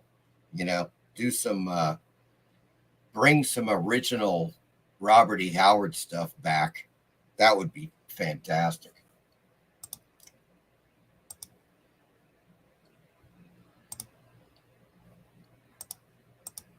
All right, guys. Okay, so Comics for All. I'm going to check that. I don't know if I've seen that or not, guys. But thank you for that, for posting that 8-bit. And, well, you guys, I hope you enjoyed the show tonight. Good Lord, it's gone way past 3 hours, as it would, because, of course, we've had guests.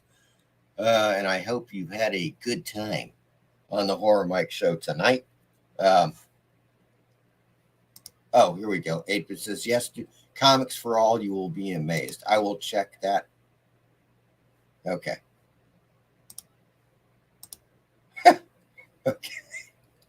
All right, guys. Well, everybody have a great rest of the weekend. And I'll be back, next Friday night. We're diving back into some Tubi ferocity. They have added some stuff, and I'm talking primarily 70s and 80s flicks that, once again, I cannot believe it. Like some of the stuff that they've been adding. We're going to take a close look at it tomorrow. Next Friday. In the meantime, look, I think they're going to, look, I don't know what the hell else to do, except I'm just going to close out with a Zombo, and I'm going to close out with a little Zombo and the Rat Girl, folks, for tonight. So everybody have a great weekend, and I will talk to you soon. Hold on, we've got a few people chiming in. Okay, it's 8-bit. Thanks for the stream. Have a great weekend. I know. Yeah, they're gonna get me if I play it. But here's a good Zombo and the Rat Girl until I finish out until I figure out another closer for the show.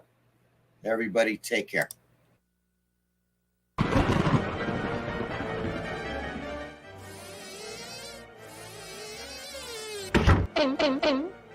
Hey, Zombo, I would do anything to be on your show. Ooh, anything? Anything, except eat a bug. Anything else? Anything else. Anything? Anything. Ooh, how about taking some acting lessons?